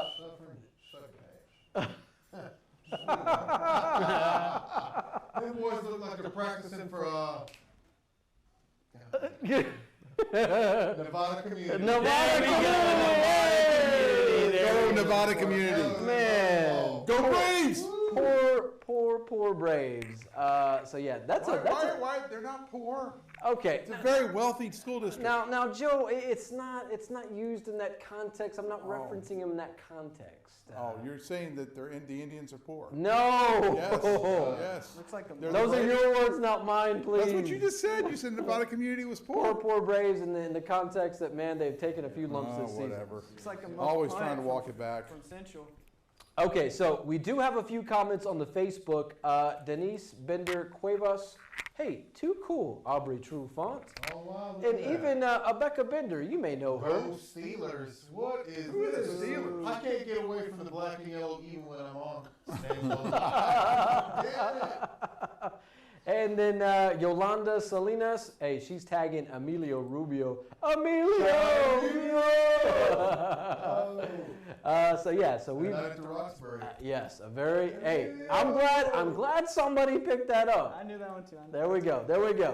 All right, so hey, thanks to everyone that's chiming in tonight. Becca Bender, Denise Cuevas, Yolanda Salinas, thank you for watching, and all the many others.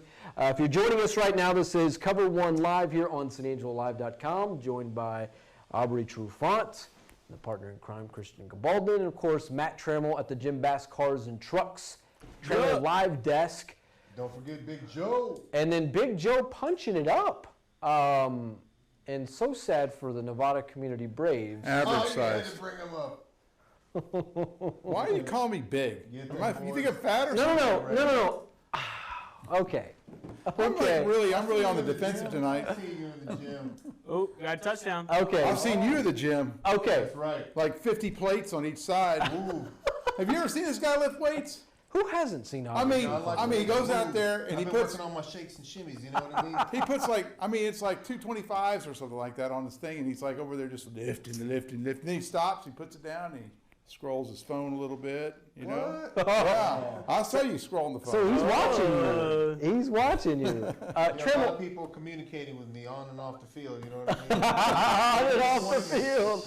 Making plays all day long, making That's plays. You're on the snappy chats. I bet you're on the snappy chats. That's not me. I don't be posting. Snappy No, chats? Yeah, no.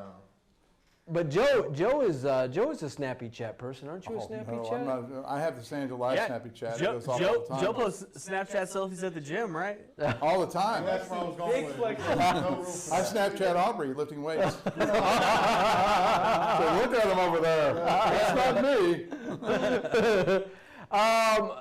You know, lifting and Joe Hyde and Aubry Trufant aside here, Trammell, do we have a live look of a game here? Yeah, we're still here in Schertz Clemens. Looks like they're actually driving the ball. Looks like they got the first down. Oh, so But it's another fourth down here. So let's see what they're going to do this time. It's 4th and 9 now, but it looks like the offense is coming off the field. Looks like we're having some buffering problems from there. But hey, the Bobcats got off the field. That's a good sign.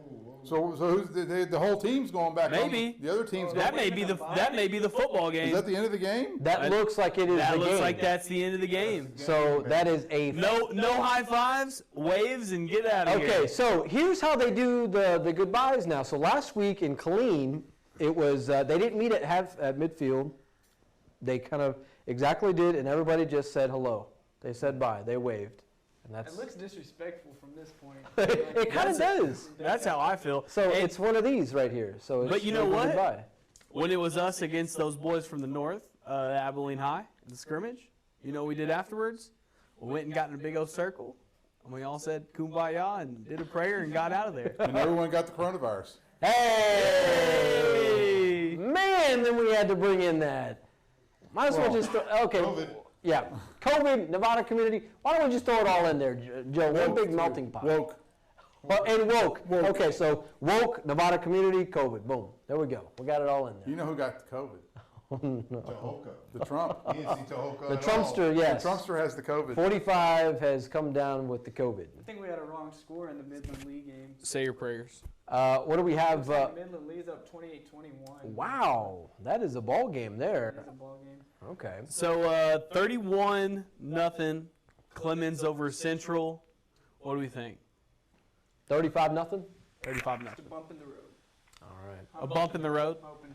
You think they'll even think about this game in 4 weeks? Probably not.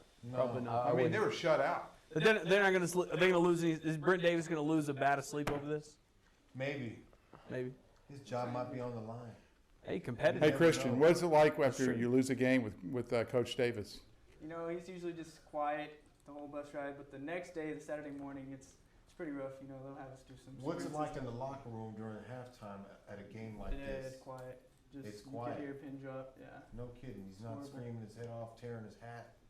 No, exactly. Maybe the last 5 minutes of the half, he'll. So he makes Try you and suffer light a fire with in a our- quiet disappointment. Yeah. Oh, man. All Hey, right. we got another final right here. All right. What is this one here, Trammell? We got the state contenders in this one, the Battle of Denton. Okay. We will get to that one here. We also we have Ryan Chadwick awaiting. He's going to talk to us of how this one kind of shook out with the San Angelo Central Bobcats and Schertz Clemens Buffaloes. But in the meantime, we do have an update. Trammell, is this from Abilene, or what are we? What are we? trying to No, go this to? is going to be from Denton. This is the Battle of Denton right Okay, here. so Denton Denton Geyer, Geyer. Denton Ryan, last 40 seconds of the game, and looks like it'll be a knee. Who's give us an updated score in this one here? There we are, and that's going to do it here. 23-20, Denton Ryan, Man. Denton Geyer, and you know what? Hey, number 1, Denton Ryan. Number 5, Denton Geyer. Hell, if you lose by 3 points in this one, did you lose? Gotta be proud, honestly. You I mean- got to, right? Denton Geyer, that's a Class 6. That's a Class 6A program. Hold on. Class 6A and against a just a little smaller school. But man, you think we're going to be seeing these guys at the end of the year in Arlington, guys? Wait! Look where they're into the game. They're all from Denton, so. Yep. The Battle of Same Denton. family. Hey, No social distancing. not sure about that. Joe, bring us back here. Hey, it's been fun. It's been real with Aubry Trufant. Oh yes. Man, it's the interaction with you tonight. Talking football, talking Dallas Cowboys. You have fun with that? I had fun with that. Yeah, I did. Too. And Thanks Nevada for community. And Nevada. And you community. even got to hear about the Nevada community. And hear their new Warriors. fight song. Oh wow. Those overachievers over there. Yes, very much so. Aubry Trufant, it's been an absolute pleasure Thank you, man. to have you on the show. We would like to welcome you. We are always welcome here on COVER1 Live. Hey, if I'm welcome back, I'll come back. No worries. Yeah. Yeah, I'll be back. I imagine we'll check in on with you at some point with some pretty rad tattoos down the road. Absolutely. All right, You Joe. can FaceTime me live while I'm at the Cowboys game on Sunday. I'm super excited. Let's go. Big body Dak, Big Papa Zeke gonna run it down. Whoop. Yeah, absolutely. All right, Trammell, take us away from the Jim Bass Cars and Trucks desk as we wave goodbye to Mr. Aubry Trufant. All right, well, Trufant, it was always nice having you. Here we are. We're back in the Brownwood. And, man, the Stephenville, they're just putting it on them. But Brownwood's looking to score right here. Quarterback, Blaze, he's always doing his thing. His name's always Blaze. His name is you're right. His name is always Blaze. Takes the ball. Has to step up in the pocket, runs, makes a play, makes one guy miss, bounces off the referee and onto the ground. It's the third quarter in this one. It's 38-14 for the Yellow Jackets. All right, I think that's the Stephenville Yellow And Jackets, of course, this right? live feed is being brought to you by KOXE. Oh, KOXE. KOXE. KOXE, those guys down in Brownwood. This is also the live Jim Bass Fords and Jim Bass. They have the Jim Bass. Ford and trucks. and cars. Cars and trucks. Cars and trucks. Because they don't just have Fords. That's right. They have Nissans. That's right. Nissans. They have Mazdas. They have Mazdas. And what's their other brand? They have Fords. You already said Ford. Hey, well, that's how many Fords What's the they other have. one? Hey, that's how many You don't Fords know, they have. Trammell? That's right. Okay, Jim Joe, and It's a Bass. president. Lincolns. Lincoln. They have the Lincolns. That's right. The luxury Lincolns. Here we go. Blaze takes the ball and steps up in the pocket. Doesn't even worry about the run this time. Quarterback draw. Gets almost to the sticks. It looks like it's going to be second and about 2 there for the Lions. All right. Who's going to win, Trammell? Oh, man, probably Stephenville in this one. They're up pretty big. They're up Brownwood always 14. loses. Hey. I wouldn't say Brownwood always loses. It just happens. Usually, Whenever we look at their Yeah. film, they always lose. when the COVER1 live desk gets in Brownwood's ear, that may be it for the Lions. Yeah. And Blaze, quarterback. Blaze, out of quarterback. Brownwood. Let's take one last look at this play here. Let's let And this one gets the finish first out. down off a screen. It gets about to midfield there. First down for the Lions. All righty. Score there 38-14. Is that That's score correct. from Gordon Wood? All right. Right now, Stephenville leading Brownwood in that very, very good rivalry there. That has always been known to be such a good game. Joining us back here at the desk, Mr. Ryan Chadwick. Ryan, you've been watching, you've been listening to the Central game tonight. This one ended 35-0 in favor of Schertz Clemens. Give us your analysis, your thoughts of the second half.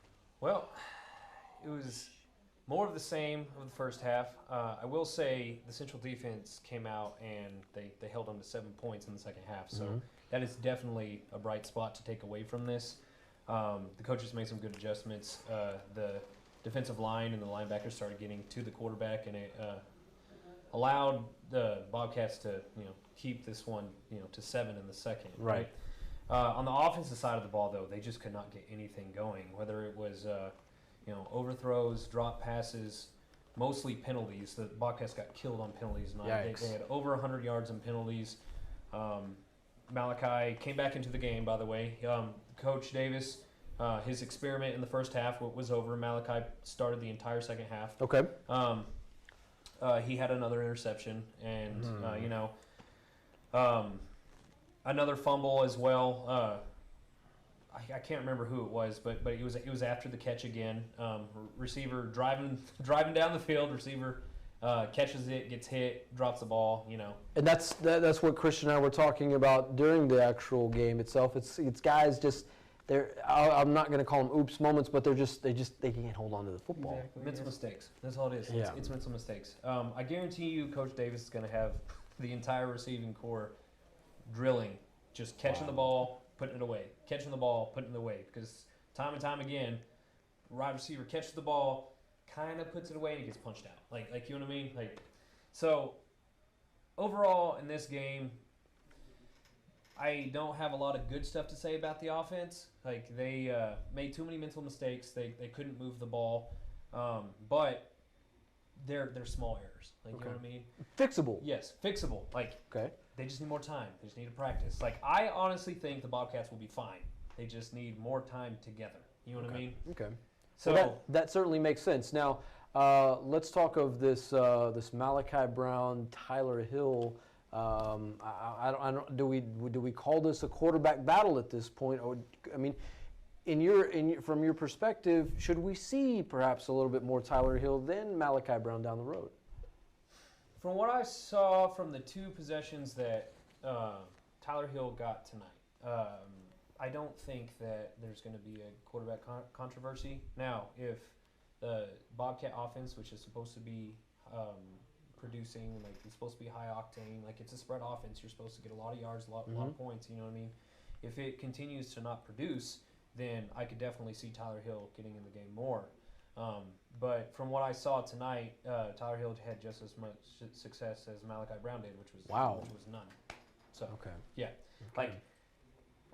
it did take to the fourth quarter, but Malachi did finally get over 100 yards passing. But for a Bobcat offense, that's not common at all. Sure. You know what I mean? So we'll see in the coming weeks, but for right now, I don't see how you could take Malachi's job away when the alternative wasn't any better tonight. Gotcha. Christian, you and I talked about this before the program tonight, that Malachi Brown could be somewhat in jeopardy. You've played with the guy for the last few seasons now. From your perspective, is it a decision that do you think they should stick with Malachi, the guy that they came to the dance with at this point? I certainly believe so. Just with all the experience that he's had with 3 years straight of starting, and just the leader he is, there's no question that he'll get this team up and going, along with the coaching staff, obviously. But I wouldn't be surprised if they got Tyler on the field. He's just a great athlete. I saw him in at wide receiver a few times, and the kid's just a stud, and I think we're in good hands with him. Obviously, post Malachi Brown era, but no, I mean, obviously they're gonna, like you said, the receivers definitely gonna have some an earful tomorrow, and I mean, it's just a bump in the road, I believe. I think they'll be okay. Malachi, great leader. Defense, like you said, stepped up second half. 7 points is great against a Shirts team like that. And they were even trying, going for it, on fourth, late in the fourth quarter. So you see great things on the defense. But offense, they're going to have to step up with a spread offense. Now these balls that these were catchable balls. It appears. How hard do you think it's going to be on this? How hard do you think this coaching staff are critical that they're going to be on this wide receiving core? Chadwick, I'll start with you. Moving forward. When it comes to actually just catching the ball, they honestly did not do that bad tonight. My issue was they caught it and then immediately fumbled it. You know what I mean? Okay. That's that's a big difference. So they can come down pretty hard on them for not putting the ball away, not covering it up, because it was literally punched out 3 times tonight. So some of the catchable balls that they dropped, some of them were lasers. You know what I mean? It happens. I just think they need more practice. Maybe run them through a couple of running back drills and bounce them around with the. Just rough them up a little bit. Yep. Christian, how critical are you of this? How critical are you of this receiving corps tonight? Well, I think they definitely should be, laid on them as they should. It's spread offense. That's your job. Catch it, hold on to it, make the best of it. That's what you got to do. You got to give Malachi some pressure off his shoulders to give it to you and obviously move the ball down the field while holding onto the ball. You know, I mean, honestly, they should just have him walk around campus with a football or something, have people batting it down as much as they can. You know, they have a drill where you have a partner, they hold on to you and they hit it. We only do it, you know, we do it after practice every day and then before game day, but, you know, I wouldn't be surprised if they do it twice or, you know, run through the running back, whatever, what's it called with the little, I y'all know what I mean, y'all know what I mean. The gauntlet. Yeah, the gauntlet. Okay. You know, definitely put the receivers through that multiple times, in my opinion. Okay. Well, an interesting night to say the least. 35-0. Man, a big game next week against A&M Consolidated down in College Station. Chad, you know, this has been good stuff having you on, having your insight on that. Because Christian and I, we're kind of seeing this game play out with Matt Trammell at the Trammell Live Desk, presented by Jim Bass Cars and Trucks. But it's nice to have, you know, a third guy or a fourth guy coming in and talking about things and being a little bit more critical of the team. Because I don't think, you know, the fans, they only want to see what they only want to hear what they want to hear. You know. Exactly. So not saying that you're doom and gloom around here, but. What I'll say about that is, I'm an alumni. I played for this team. I bled for this team. They are my team. There we go. Like I'm gonna have their backs no matter what. But you know, at the same time, like when it's fixable stuff, they need to know. Yeah. You know? So like, I love the Bobcats. Like I bleed orange and blue, so I want them to win more than anybody. Yeah. So. All right. Well, we hope to have you back next week. This has been great stuff. As the Bobcats, they look to get back, or at least to scratch somewhat of the win column. Perhaps maybe get on the scoreboard next week and do a little bit more damage. Ryan Chadwick, you can look out for his write-up tonight following this one on SanAngeloLive.com. Chadwick, it's been a pleasure. We will see you next week. You'll be writing up this one here as well. So thank you again. Joe, if you want to run over to Matt Trammell. Trammell, if you want to take us away with some of these scores here. Can you see the scores, Trammell? Yeah, I got it. Wait, I got to make sure you have your sound. All right, Trammell, say 3, 2, 1. 3, 2, 1. We got a lot of finals here in San Angelo. Thanks, man. Thank you, bro. All right. Here we go. We got a lot of finals. Let's go ahead and run through them. We got Hereford at Andrews. We got Andrews winning 51-7 in that one. That one's final. We also got a final here in Erie County, 78-44. Erie County taking that one big time. We got Bushland here at Estacado. We got, let's see, Estacado lost that one 7-46. The Matadors lost that one. Very best in Lakey. Lakey won 98-97 a couple weeks ago. This one they only got 51-34. Going on next here, we got the Snyder Tigers and the Sweetwater Mustangs battling it out up there in the north. North Texas right there. Sweetwater taking that one 47-28. Brock Paradise. Brock 46-14 Paradise. And then Monahans and Seminole, the Indians, are going to take this one 28-21. Westbrook Garden City, a six-man battle in Westbrook, and Westbrook took that one 69-24. Who is that? Cal Allen versus Kerrville Tybee, 28-0. That looks final over there in Brownfield Shallowater. The Mustangs put it on the Cubs 57-6. Let's just keep it rolling on this one. And Water Valley Highland. Water Valley, hey, Look at that. That's the San Angelo team. 70-32 on the Deershe scoreboard. That's right. The Wildcats take that one. Ira Lorianne losing that one 26-64. Pecos Greenwood Mustangs are, oh no, sorry about that. That's the Greenwood Rangers. That's the best band in the Permian Basin up there. The Lakeview Chiefs, Fabens, Chiefs, the battle, the north side. They're taking that one against El Paso. Mark 50, Chilton 0. My favorite drink, the Chilton. Let's keep moving on that one. Fabens, Lakeview, we want to see. What do you think about Trammell and these scores? I'm loving it. All right, let's keep it rolling. Let's keep it rolling past the mark. My favorite drink, the Chilton 0-50. Is that all for the scores on that one? No, we still got a whole lot of scores Let's to keep go. running them then. Let's Well, go, Joe. I got distracted. All right, Hico, Cross Plains 33-12, Hico. Boo, Cross Plains has the cop. Oh, the cop? The cop that gives you tickets when you're driving to Dallas. Oh, well, I guess I've never passed through Crossplains. Love you, cop. Whitney, Grandview, 65-0. The final in that one on the Deerski scoreboard.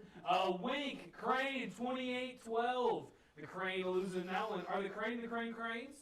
Golden Cranes. Oh, the Golden Cranes. All right. Not the green cranes, but the golden cranes. The Golden Cranes losing out 28-12. Shirts Clemens sticking it to the Bobcats, 35-0. Let's keep moving on that one.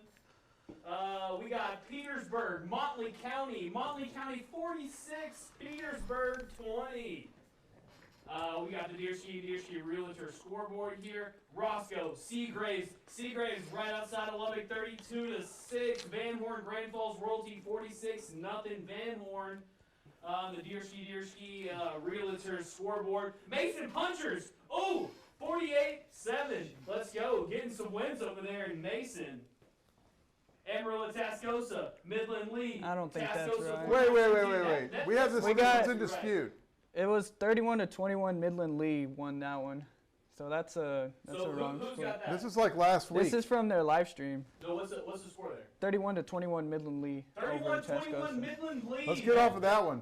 What's that? Someone go in there and fire to score people. The Mojo. Hey, this one actually is a little actually worse than this. Last time I checked, it was 50-10. The Mojo actually got a touchdown scored on. Final over here in Friendship 42, Burleson Centennial 35. That one final while ago. Watched them take a knee myself. Deerski Realtors scoreboard. Frisco Lone Star 25, Aledo 20. And that looks like that's going to be it on the Deerski scoreboard. Back to the guys in the front. All right, thank you, Matt Trammell, the very energetic Matt Trammell at the Jim Bass Cars and Trucks Trammell live desk. Adderall. You know what? We take 3 steps forward and then we'll take 4 steps back from time to time. Hey, if you want to take a peek at the live desk, I also got a live, probably my last live update. This is the last live stream we got. Okay, Trammell, what do we have in the live feed? What game are you looking at? The last game that's really going on tonight is going to be Brownwood Lions, Stephenville Yellow Jackets. The Lions are down, but hey, they're down a lot less after this one. Quarterback Blaze takes the ball, throws it right up the. Oh, did we lose it? Oh, can we get on the live stream here? We'll get on. We're on it just now. Here, run it back, Trammell. Here we go. Yeah, because this one's a good one. Hey, keep your eyes up top here. Keep your eyes up top here. These receivers over here. What's the score right now? Right now, at this point, it is 38-14. Blaze takes the ball. Blaze throws it. Wide out receiver, wide open with the long 50-yard touchdown, and that's going to make it a one-score ball game. Blazing dimes. I like it. Blazing dimes down the field. Yeah. That's right. Now Stephenville, after this, will lead it 38-21. And wow, okay. So Brownwood two-score ball game. But not quite out of this one at the historic Gordonwood Stadium. Matt Trammell from the Jim Bass Cars and Trucks live desk, joined by Mr. Caleb Wallace tonight, our second guest of the evening of the San Angelo Defenders. Caleb, thank you so much for coming on the program tonight. Caleb, are you a football fan? I am. I'm formerly a 6-man football player myself. Where'd you play 6-man football at? Paint Rock. Paint Rock. Oh, the Paint Rock Indians. Yeah. How are they doing this season? I don't know. It's well, I guess it's more like we have to talk about COVID when we talk about Paint Rock. I think they've had some cancellations impact their season, so hopefully. I thought we couldn't talk about COVID. No, Joe. It's because no. Whenever I bring up COVID, it's a bad thing. But No, you Joe. bring up COVID, it's like, oh, well, COVID's wonderful. No, I'm not saying it's wonderful. It's because COVID has canceled some of their games. That's why. Now, COVID is bad. COVID is bad. COVID is horrible. That's what you're saying. It's bad. Yes. It's very, very, very bad. But when I bring it up, it's really, really bad. When you bring it up, it's just like, wah. Okay, because, Joe, every time you talk about COVID, you're talking about woke and Nevada community and things of this nature here. And don't forget the Braves. Okay, the Nevada community. By the way, Caleb, are you familiar with the Nevada Community Braves? Have you heard of the? Okay, No, okay. I'm Maybe we'll push Joe. We'll poke Joe with a school fight song that he has come up with himself. He's authored himself for the Nevada I didn't write it community. down and I forgot the words. You can make it up again. I could make it up again, but I'm getting kind of tired. We're in our third hour, and Yeah. guess we're in our third hour. Manny Diaz. Yeah. So our third hour, proudly presented by our good friends at W&W AFCO Steel. Man, putting on the structures all over America. Hey, what's that one in Chicago, right? Soldier Field. Soldier Field in Chicago. Yep. Kyle Yep. Field in Texas. Yeah, the old Aggies down there in College Station. But nonetheless, hey, speaking of COVID, I know we're not supposed to talk too much about it, but our good friend here, Caleb Wallace, the San Angelo But Freedom we had to Defenders. talk about COVID in terms of sports. Yes. So Caleb, it's up to you to make this a very sportsy discussion. So his group. Otherwise, he's going to cut your head off. No, He will. No. So Caleb is part of a group here that's trying to exercise freedom from COVID. Caleb, tell us a little bit about your group and what you're about. So we started this group back on July 4th. We rallied at the courthouse where no flags were flying to celebrate our veterans and our freedoms of America. And what we've seen all too often is a trend here in San Angelo that our local representation has kind of wavered. And we're not seeing, I guess you would say, our local politicians, representatives really stepping out and really start to get in front of this and to secure these rights, these God-given basic rights. Okay. And what our goal here with this next rally is kind of twofold. You know, all politics are local, no matter what, no matter how strong the federal government is, state government is, all politics are local. And, you know, we've all been affected by COVID, by Governor Greg Abbott's orders, but in the end, our local politicians are the ones who levy the tyranny. Definitely. Okay. Now you do have your next event is coming up on October the 10th. Yes, It's sir. next Saturday at 10 a.m. 10 a.m. City Hall. at City Hall. So it's COVID has impacted not only sports, but it's impacted our local government. Certainly how people are able to operate business. It's certainly affected our business and how we're covering football because we're covering football a lot differently this season. Usually, Joe and I last season were flying all over Texas, post-producing videos. This year, it's having to take a little bit of different stance. Yeah, we made this live stream show because of in reaction to COVID. Absolutely, yeah. I mean, we didn't know. I mean, like a week before we're doing this, we didn't even know we were going to have a football season. Yeah, I mean, and that's the problem. You know, that question is on everybody's mind. Well, Local businesses. I think on the COVID question, one of the issues that we have, and I'm being serious here, is that when this thing first happened, we had no idea how bad it would be, how many people would get it. I mean, we were a little bit freaked out, and that was understandable.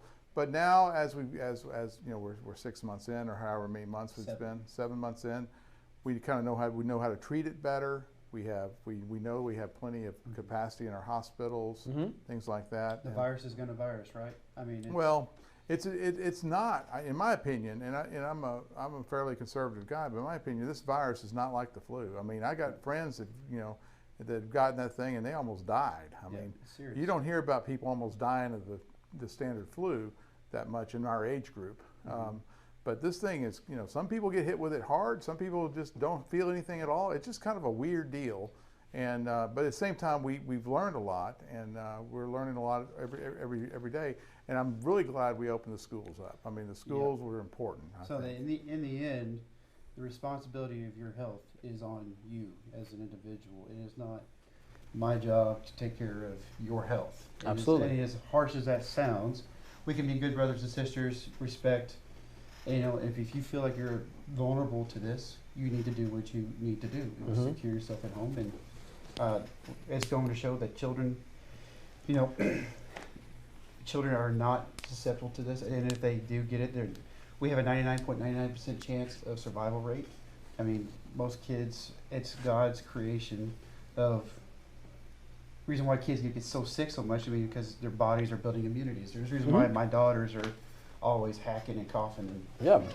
From a sports perspective, Caleb, how glad are you to see sports making a comeback? You know, despite kind of what's going on with COVID. Well, I mean, it's important for the kids. I mean, you know, at my high school days, I mean, Friday night was I did my best Monday through Thursday, make sure my grades were passing. I was in good standing with my teachers, my family, and then I had the trust that I can go out to a opposing team's city and represent my school, represent my family, my name.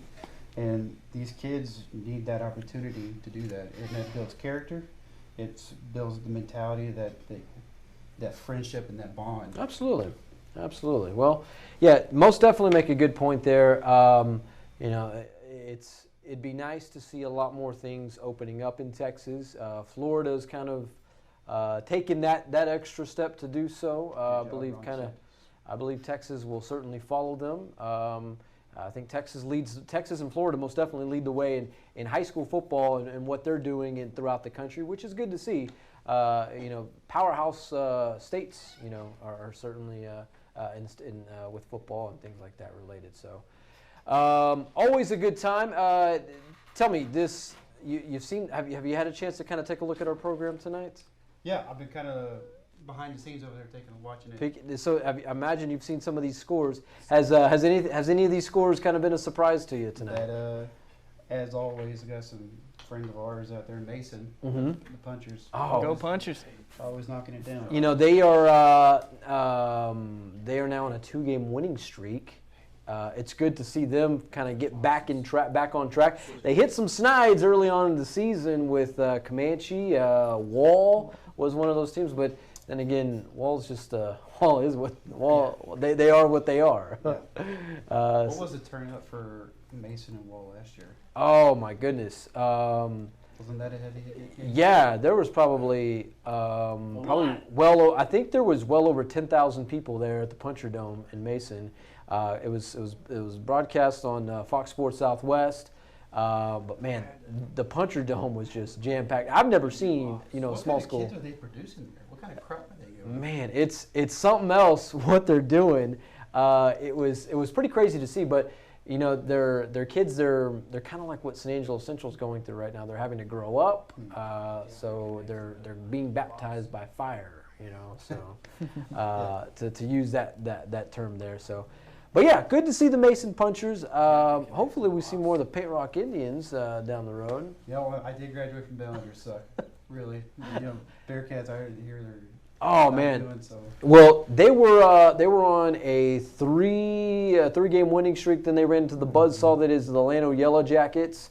But it's good things sometimes come to an end. But I think they'll pick up their snide. Chuck Lipsey's got it going on there in Ballinger. So we shall see.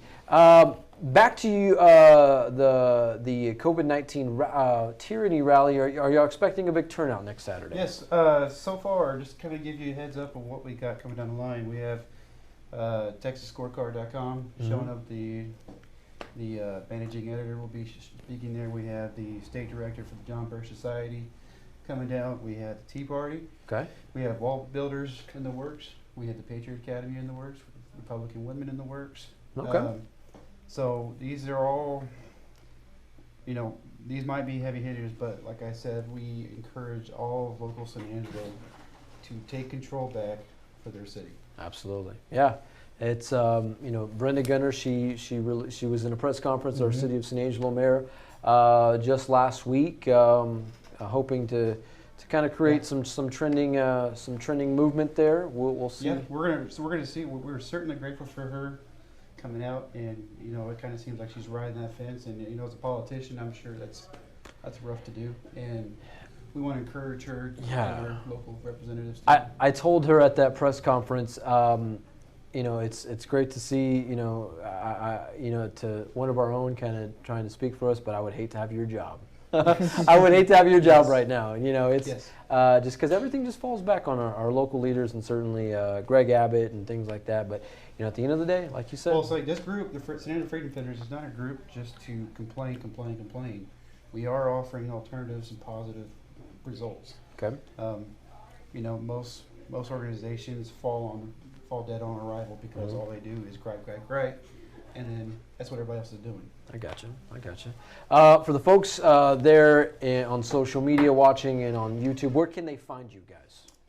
Right now, we're kind of limited to our San Angelo Freedom Defenders Facebook page. Mm-hmm. We do have a website going up right now. Okay.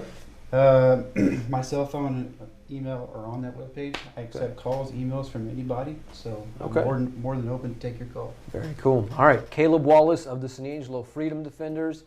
Sir, it's been a pleasure having you on. Thank you, Go Ballinger Bearcats, go Paint Rock Indians, and any team that you've rooted for. And just let's just root on for Texas high school football because we get those things right now as a freedom right now. So, yes, very much. Caleb Wallace, thank you so much for joining us. Joe, let's get to some scores with Matt Trammell. Trammell. Deersky scoreboard, we're back. Marshall, Longview 53, Marshall 21. We are not Marshall tonight as Longview takes this one.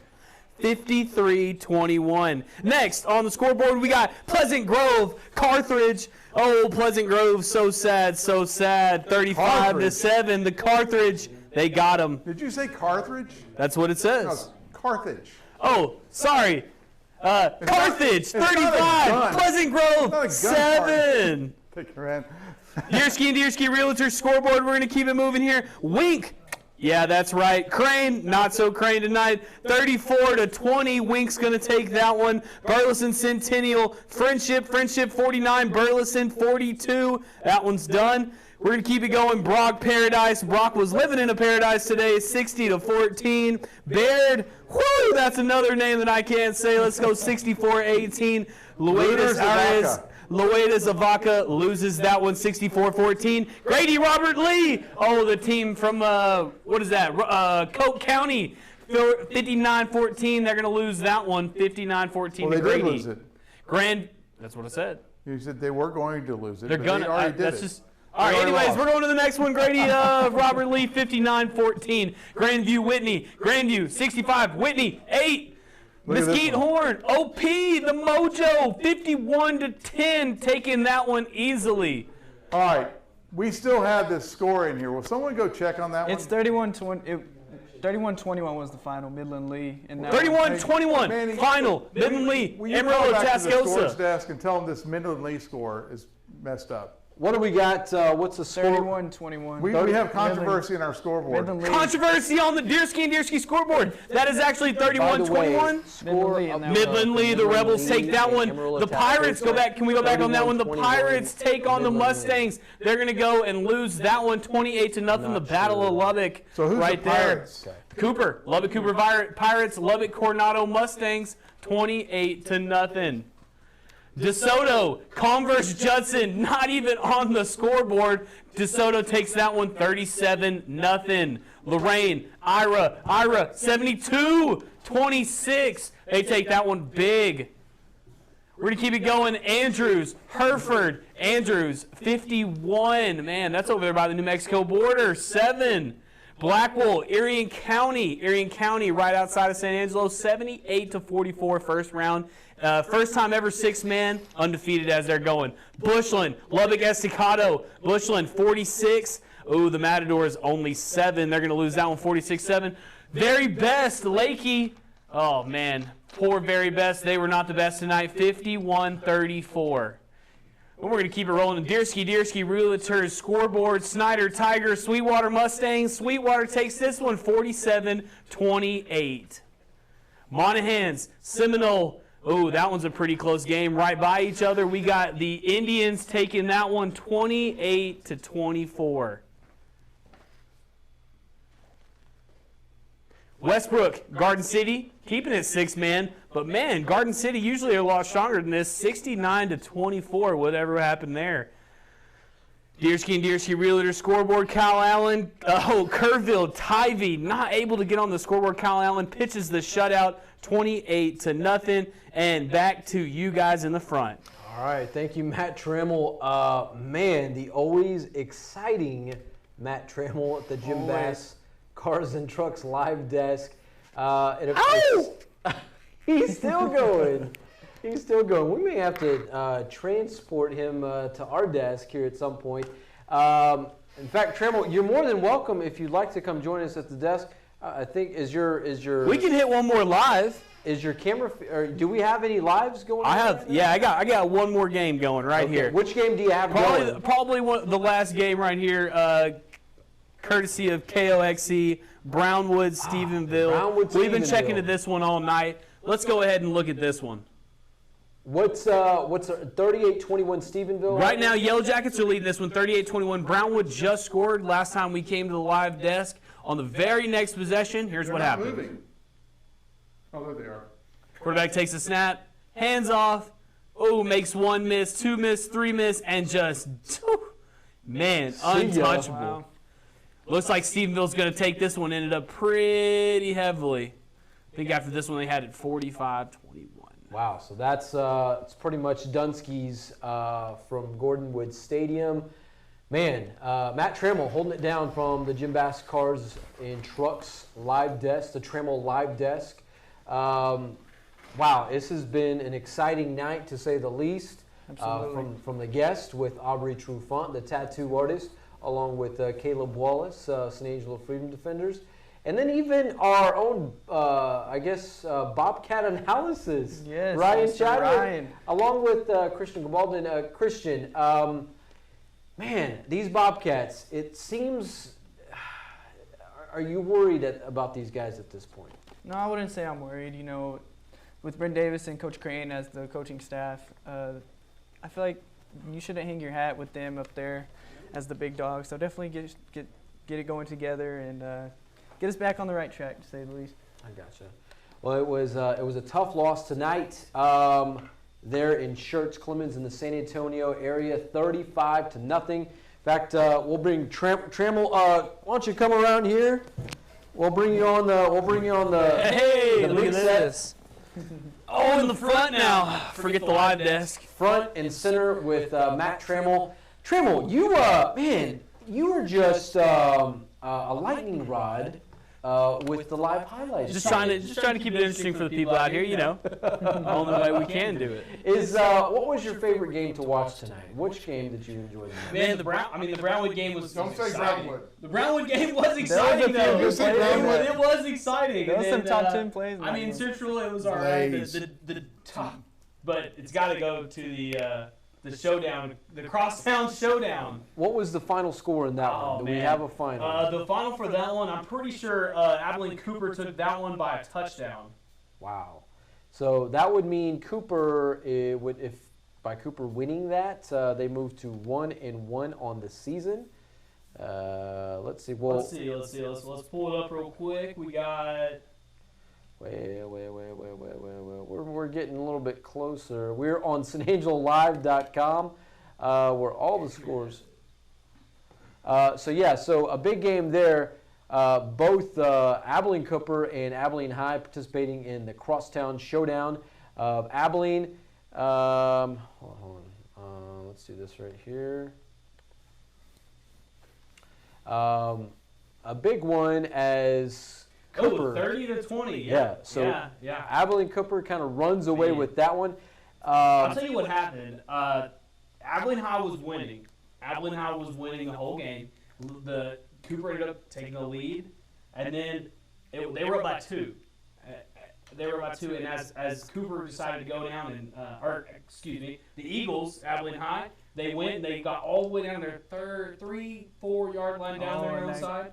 That goal line stand, right? Yep, Wow. the goal line Turn it stand. around. And then they go and score. They're down worse. They come back down, throw an interception. Wow. Game So, ends. I had a chance to speak with one of the Cooper assistants this past weekend, Scott Stewart. He's a Cristobal Cougar alum. He's a defensive backs coach there for the Cougars, the Cooper Cougars. And, man, he was kind of sharing his thoughts on that. It was a tough loss to Permian. Way to bounce back in the Crosstown Showdown there with Abilene High.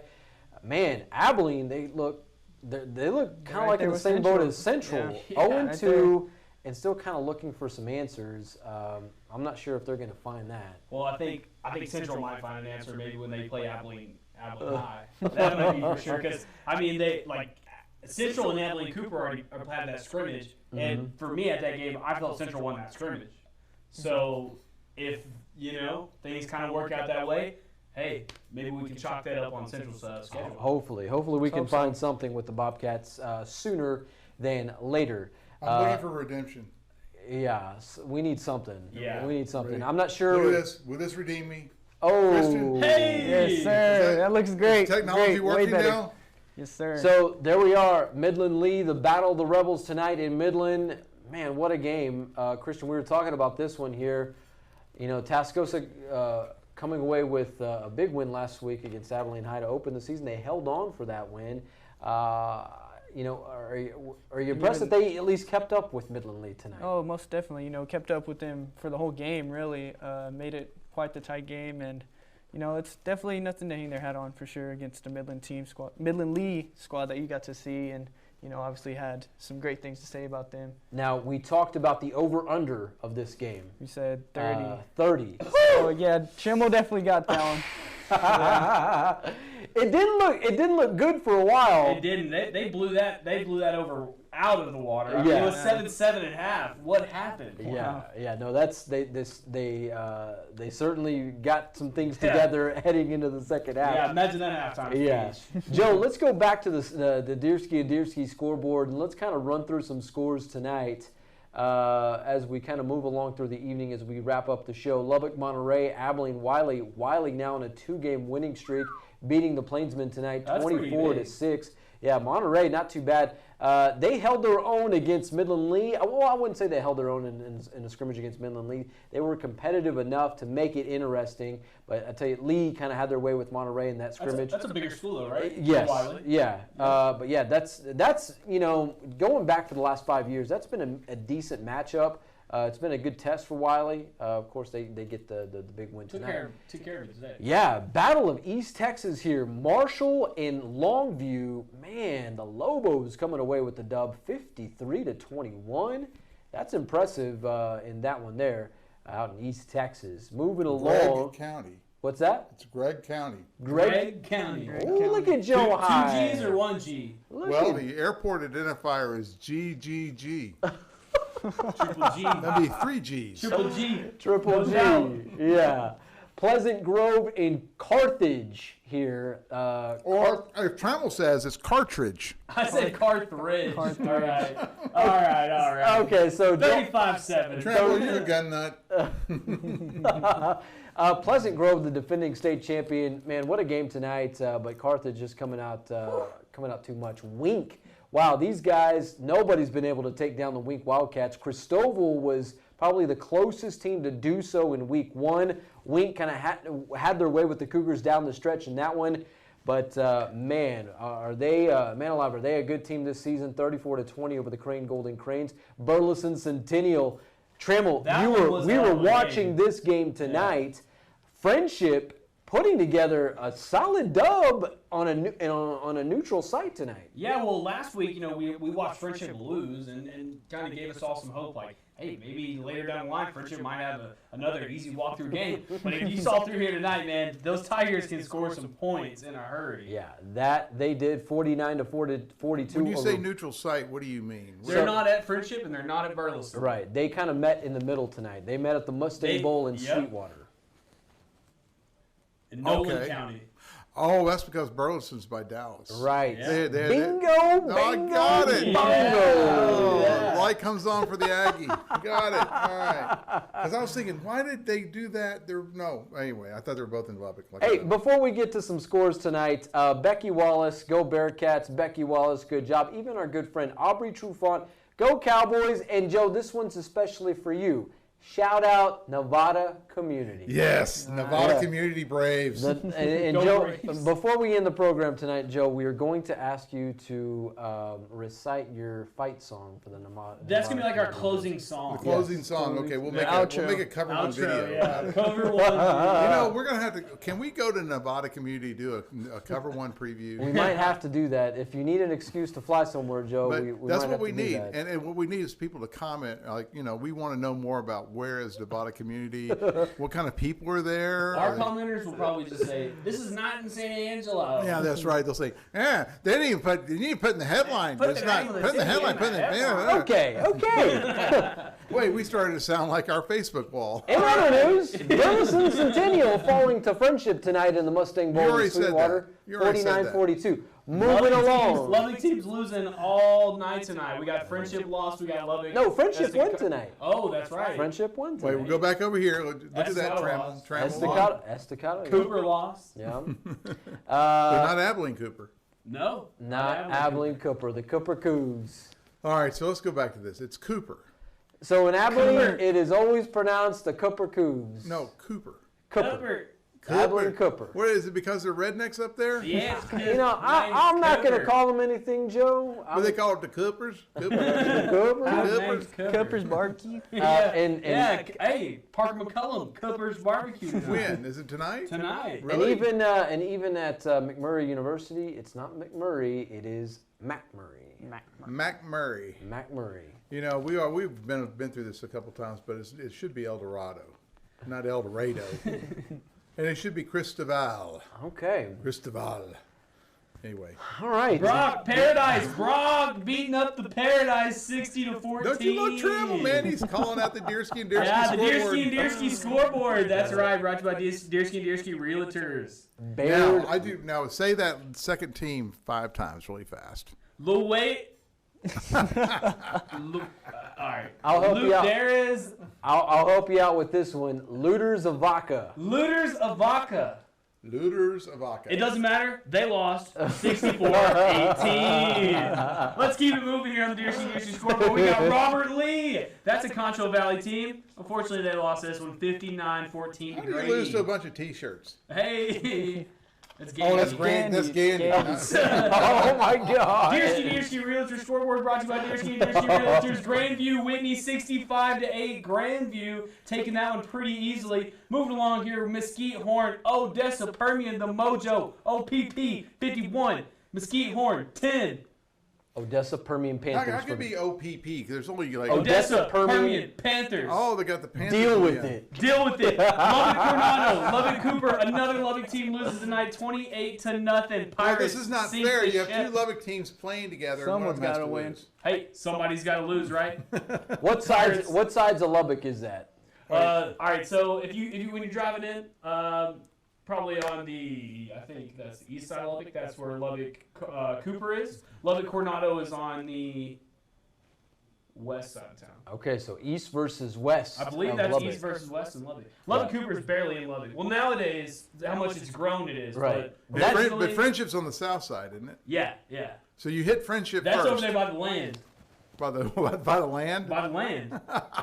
The level land. Oh, I got it. I was going to say, you're telling me there's no land on the Hey, north side of Lubbock? do we have a Dumas level land score? Well, we'll have to get there. All right, let's keep moving it. 28-0 Pirates ship sink. DeSoto, Converse Judson. DeSoto, 37. Converse Judson, 0. Lorraine Ira. Man, the Bulldogs getting this one tonight, 72-26.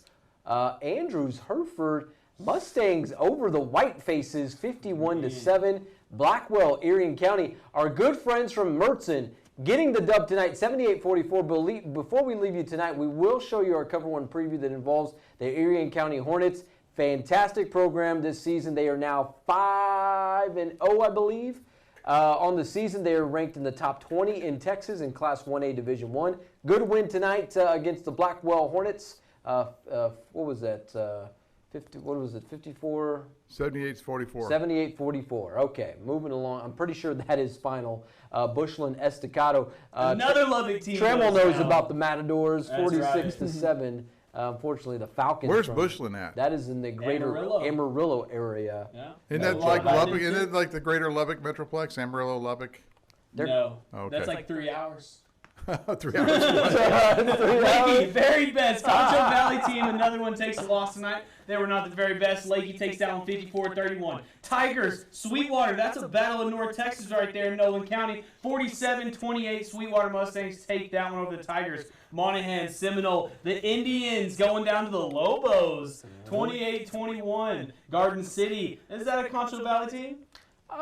Concho Valley, Permian Basin. Concho Valley extended. We kinda Either share way, them. they're gonna lose that one 69-24 against Westbrook. Cal Allen 28, Kerrville Tivy 0 on the Deersky Realtor scoreboard. Brought to you by They Deersky need Johnny Manziel back there at Kerrville. Yeah, the Antlers of Kerrville Tivy. Yeah, there they are. Brownfield Shallowater, all Mustangs as they take down the Cubs 57-6.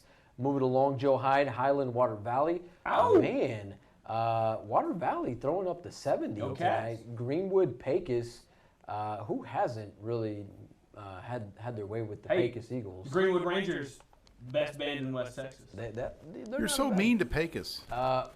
They're. I'm not mean to them, Joe.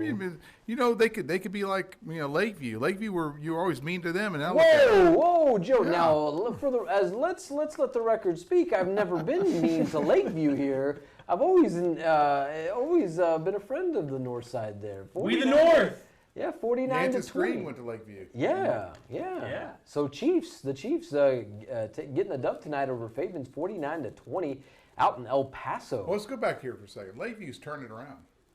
Yeah. You know, Hey, what is that? 3-1? that 4-2. 4-2. Yeah, they're 4-2. Next week they will have their hands full against Hereford. That is on the road. I believe it's a Saturday game. No. Last year was a Saturday. I think this year is a Friday game. But nonetheless, it will be a tough outing for them. Hereford is still a pretty darn good football team. Lakeview. They took a big loss tonight, though. Well, we'll see. We'll see what happens. Yeah, I we think had it's it over here somewhere. I think it. Yeah, it was. We just saw Hereford a few moments ago. We would have to go back. But for those who are not from West Texas, it's spelled Hereford. Hereford. Hey, There those it cows is. over there. Hereford. Andrews, that's Man. right. Well, Dude, that's a good ball club. so Lakeview will see Andrews down the road. That is a district ball Yeah. game. Yep. So Usually the winner of that district is fine. Andrews has been. Yes, that is. So mind you, Lakeview has already punched a ticket to the playoffs. Indeed, because there are only 4 teams go to the playoffs. There are 4 teams in that district. So whenever they get to the district season, Trammell, they are playing for seeding. Hey, gold balls is all I'm hearing. Go Balls! Yeah, yeah, definitely. And Trammell, did I hear you talking about this game earlier? Oh, man, let's talk about this game right here. If you go down to the Concho Pro Ice House, you'll know what I'm talking about. Okay. Right here, Chilton, Mart won this one 50-0. Looks like they need to go have some Chiltons if they're the coach. Celebrate a little bit. Yes, thank you. Saying the coach there with that one. Yeah, the coaches, Yeah. not the children. The Mart Panthers, the defending state champs, having What their does way. this have to do with the Concho Pearl Ice House? They have Chiltons. the best Chiltons in town. So you don't even Have know you ever had a Chilton, Joe? No, but we're talking about. All right. We're back talking to about football. high school. Deersky Realtors scoreboard. Mart 50, Chilton to nothing. Let's go ahead and keep it moving on that one. Heiko, Cross Plains, worst cop in America, supposedly 33-12. They're going to take that one and roll it. Shirts Clemens Central. We can keep on skipping through this one, but Shirts Clemens 35, Central 0. That's pretty tough, Manny. What do y'all got to say about that one? Wow. It's just a tough loss. It's a team that's still kind of trying to find themselves. As Ryan Chadwick explained to us earlier this evening, these guys, they just need to mesh a little bit more. I think Christian would probably say the same. Absolutely. Maybe some positive looks on the defensive side, but Yeah. They did hold. Now, if you want to look at this with the glass half full tonight, the Bobcats did hold Shirts Clemens to just 7 points in the second half. So there's something to hang your hat on. That's what it is. Fortunately, couldn't put anything in the end zone. Manny, if you ever heard a coach tell you, all right, second half, new football game. All right, so then we need to change that scoreboard to 7-0 because I guess that's it.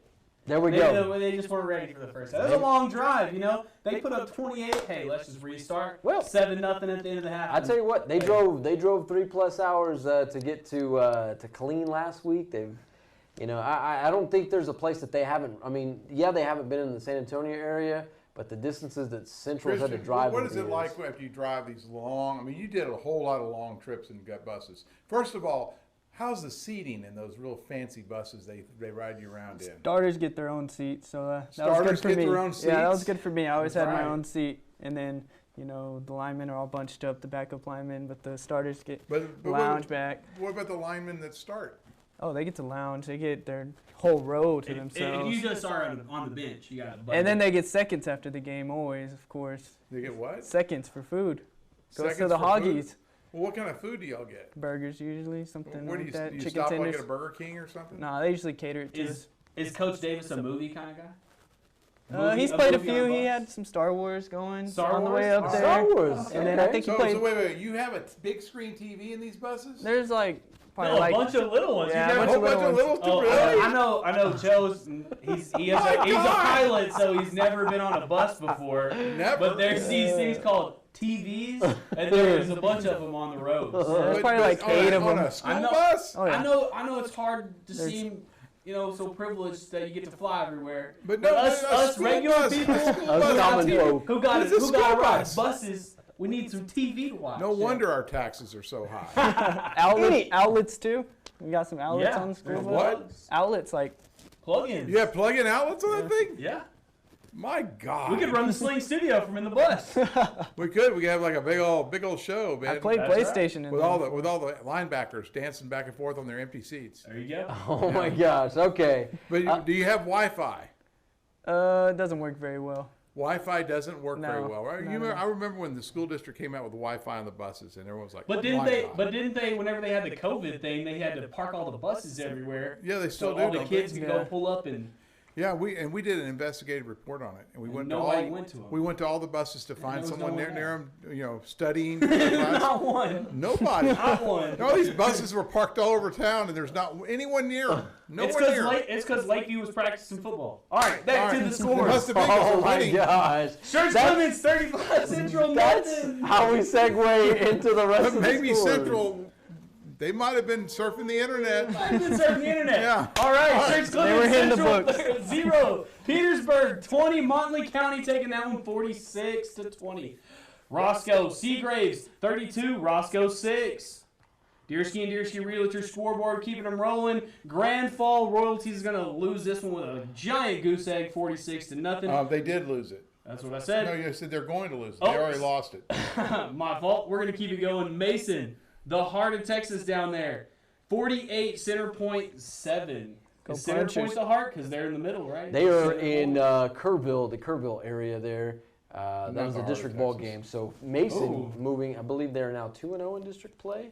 Hey, that's big time. So yeah, no. They beat Junction last week, so now this was the This is district 1-0, opener. So One yeah, up. Lido Frisco. This is a great football game. Wow. I'm sure that is now a final or somewhere close to being. So a number final. 1, right? Number 1 goes down. Yeah, we need to find it. Yeah, where's the Lido game? You need to update it. All right, next. Windthorst, Hamlin 14. Windthorst 0. Fat Now, Goose don't Egg. tell me they're still at the half on this one. The Eagles, Argyle 28, up 7. Sterling City 48, Eden nothing. That one's final.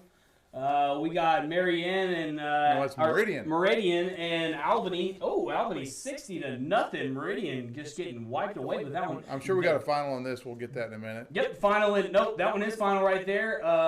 Denton, the Battle of Denton. Denton Geyer, Denton Ryan, 23-20. Denton Ryan's going to take that one. They're number 1 in the state. Roby Jayton. Jayton's rolling 48-0 on that one. And Bront, Bront Hermley. That's a Coke County team right there. Hermley rolled that one 55-6 on the Deersky and Deersky Realtor scoreboard. May 57, Newcastle nothing. Zephyr, Cherokee 65, Zephyr 8. The Indians taking that one. The Deersky and Deersky Realtor Are scoreboard. they really the Indians? I believe so. They're Cherokee. I believe they are. I believe they are. That was a great guess. Buena Vista 60, Sanderson 14. Buena Vista rolled through that one pretty easily. Panther Creek, Santa Ana 58-6. We got a lot of big scores discrepancies here tonight. Rankin 54, Nueces Canyon another big one 54-6. Amarillo Midland. I guess we're going through that one. Euless Trinity lost that one to Prosper 29-21. That's an old Central District foe. And we're still waiting. Still waiting on TLCA Paint Rock and Eastland Pandies are Yeah, releasing some of games. those we may not. Some of these are canceled because of COVID reasons. And also, they're like this one here. And that one plays tomorrow, right here in Nevada Community. Nevada Community. Versus Grapevine. Get your popcorn. Faith. Grapevine Faith. Hey, those Christian schools are pretty tough. Yeah, but the question is. Ooh, yeah. Oh. We haven't talked much about the Hawks tonight. Well, we haven't. So the Hawks, they are off tonight. So, but an unfortunate. Oh, don't even. Oh, Manny's about to do it to me. So the Level N Lobos, they fall tonight. So state-ranked Dumas, 62-26. That's a tough one. Hey, that makes Level N 1 and 5. Oh, yikes, Rama! Yeah, that's not what you're looking for. Yeah, that's a good way to put it. But it's not what you're looking for. district yet. Yeah. So we're still living with that one. Last time I checked, Leveland was also in a 4-man district like Lakeview. So we'll see y'all in the playoffs. Guaranteed ticket. Yeah, we'll see y'all in the playoffs. Most definitely. So some good stuff to get that we've gotten to tonight.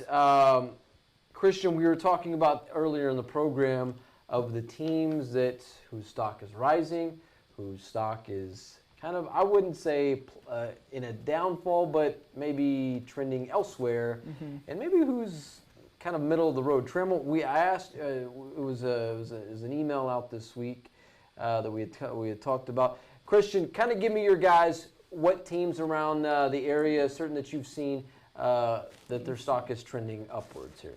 I have to say Mason is definitely going up from here. They also had a big one tonight, 48-7 over. Can you think of who they played? It was Centerpoint. Yeah. Centerpoint, yes. So obviously a great way to start off their district season. I expect them to, have nothing but greatness, some great stuff for the rest of the season. Hopefully win out, we'll see. Okay. Any other teams that you may see that's trending upwards? Upwards, obviously your Sterling City, I think they'll definitely trend upwards. Midland Lee, I'm sure.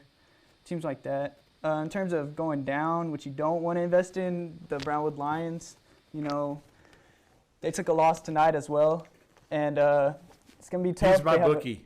They have a pretty tough game next week also against Waco La Vega, who's in their district. Waco La Vega is a very, very tough team. Yes, so I mean, I'm not counting them out. Not counting them out, but. Okay, we'll hold on to that last pick with kind of middle of the road. Trammell, teams that are maybe trending up right now that we need to pay attention to. The team that's trending up that y'all need to pay attention to is in San Angelo.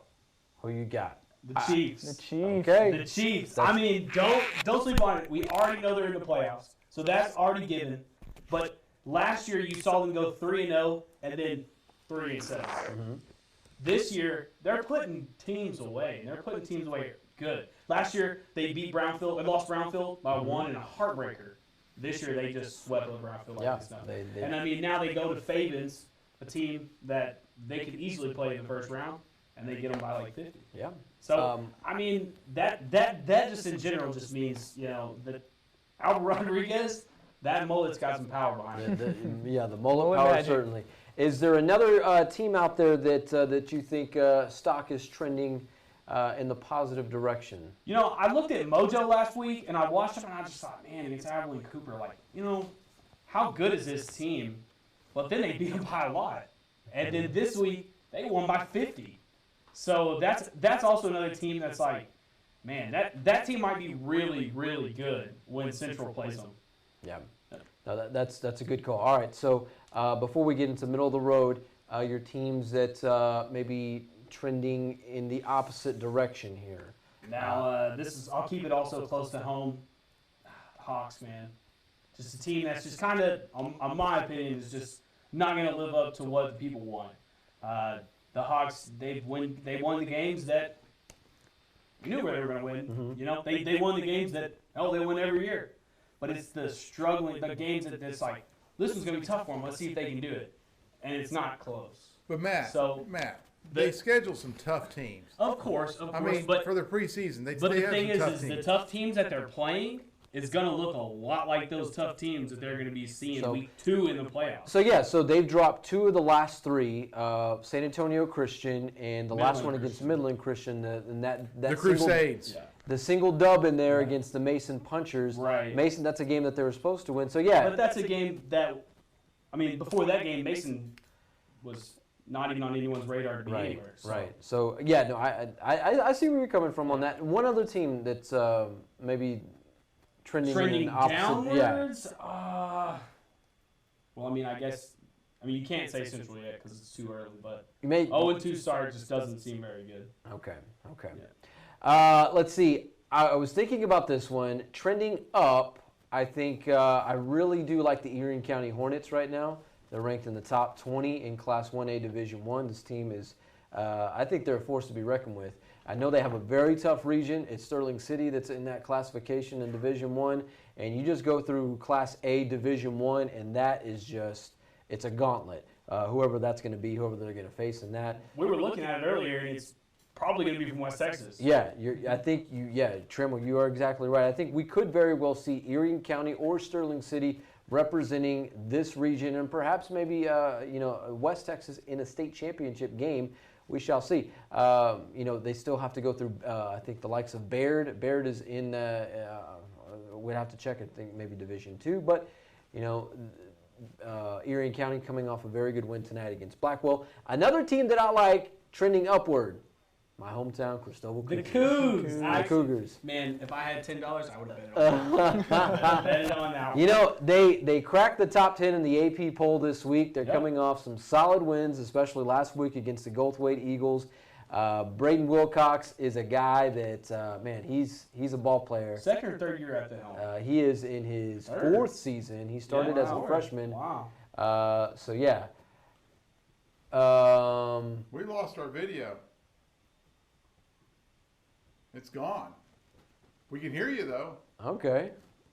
Little technical difficulties, but we'll be back. Can we go with some scores? It's no big deal. You Manny, just stay right there. Can we go to some scores? We'll fix it. We can, maybe. Yeah, I'll run some scores. Yeah. You run some scores? Yeah. I hope I can. We got to get to the Nevada community so I can get the scores going.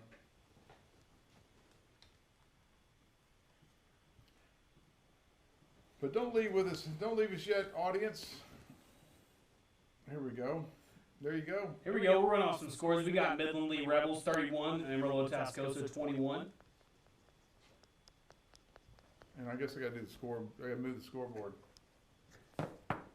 Lubbock Monterey, Abilene Wiley 24-6. Wiley took that one. The Bulldogs. Marshall Longview. Longview by a million. Trammell. Longbow. By a long way. Pleasant Grove and Carthage. Carthage took that one 36-7. Can we go big screen? Yeah. Can't see a dang thing. Wink Crane. Pretty much memorized these scores by now. Wink got this one 34-20. Burleson Centennial Friendship 49. Burleson Centennial 42. Brock Paradise. Brock 60. Paradise 14. Hey, Matt, rap about Brock for a second. All right. Brock. What about Brock? What do you know about Brock? Obviously, a team that Walt could potentially see later in the year into the playoffs always. for sure. Definitely a tough outing for them. Yeah. A battle, to say the least. What about Paradise?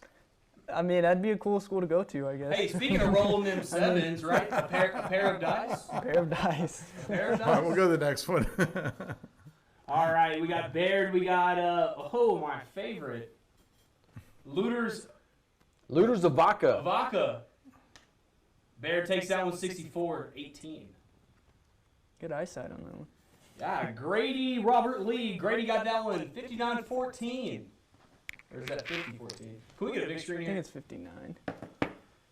Hey, we got the video back. We're in All good right. shape. We go back over here. Look at that. There's the desk. Hey, look at this. Nice. Hey, that's a weird looking desk. Man, we're missing a Manny Diaz on the desk, but that's okay. We're here.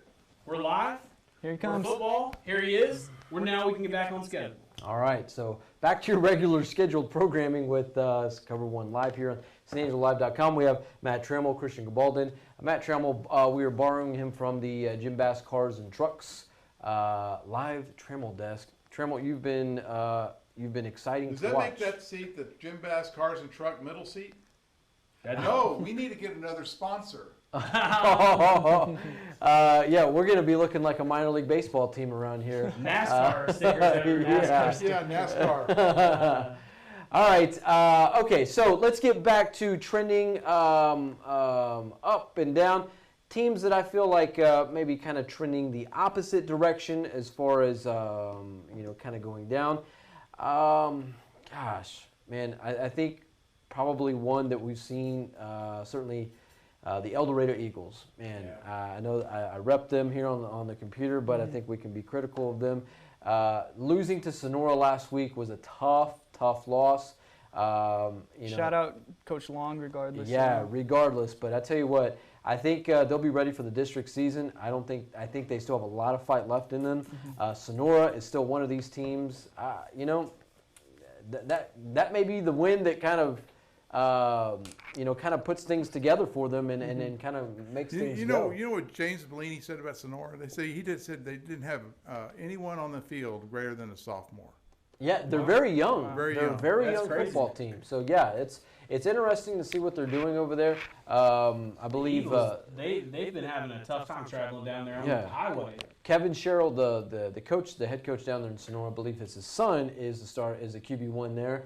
So and he's only a sophomore, so it's like they're going to have some growing pains this year. Yeah.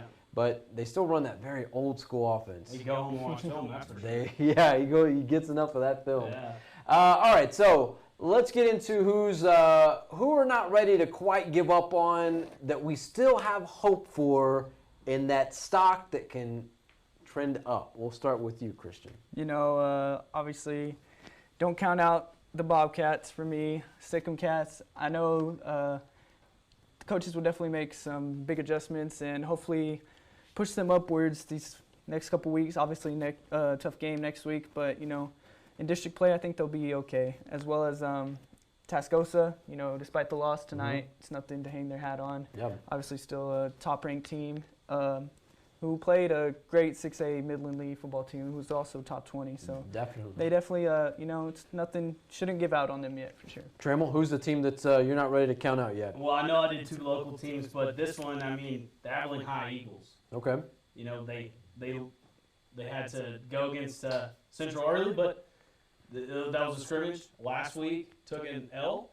This week took another L. Yeah.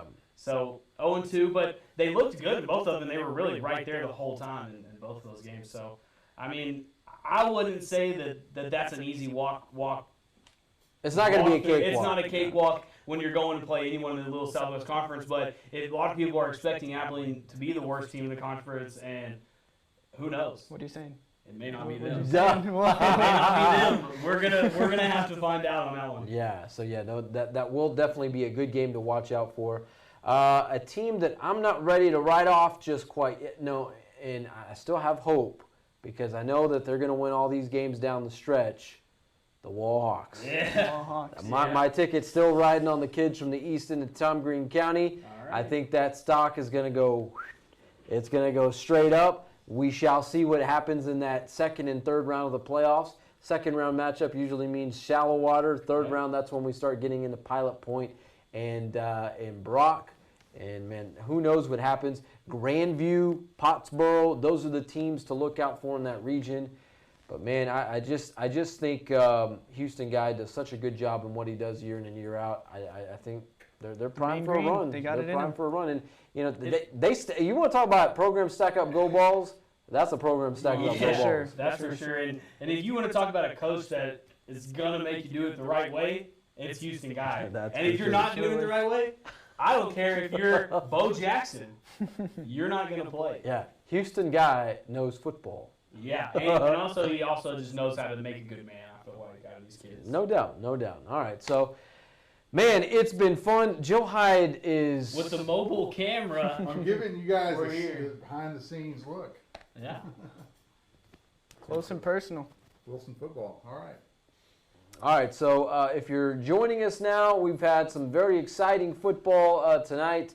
The Snangelo Central Bobcats fall for the second consecutive week, 35-0 against Church Clemens down in San Antonio. Lakeview, they are winners tonight. They now move to 4-2. They pick up the dub against Fabins tonight. We the North. We the North. North Side Pride, baby. Yeah.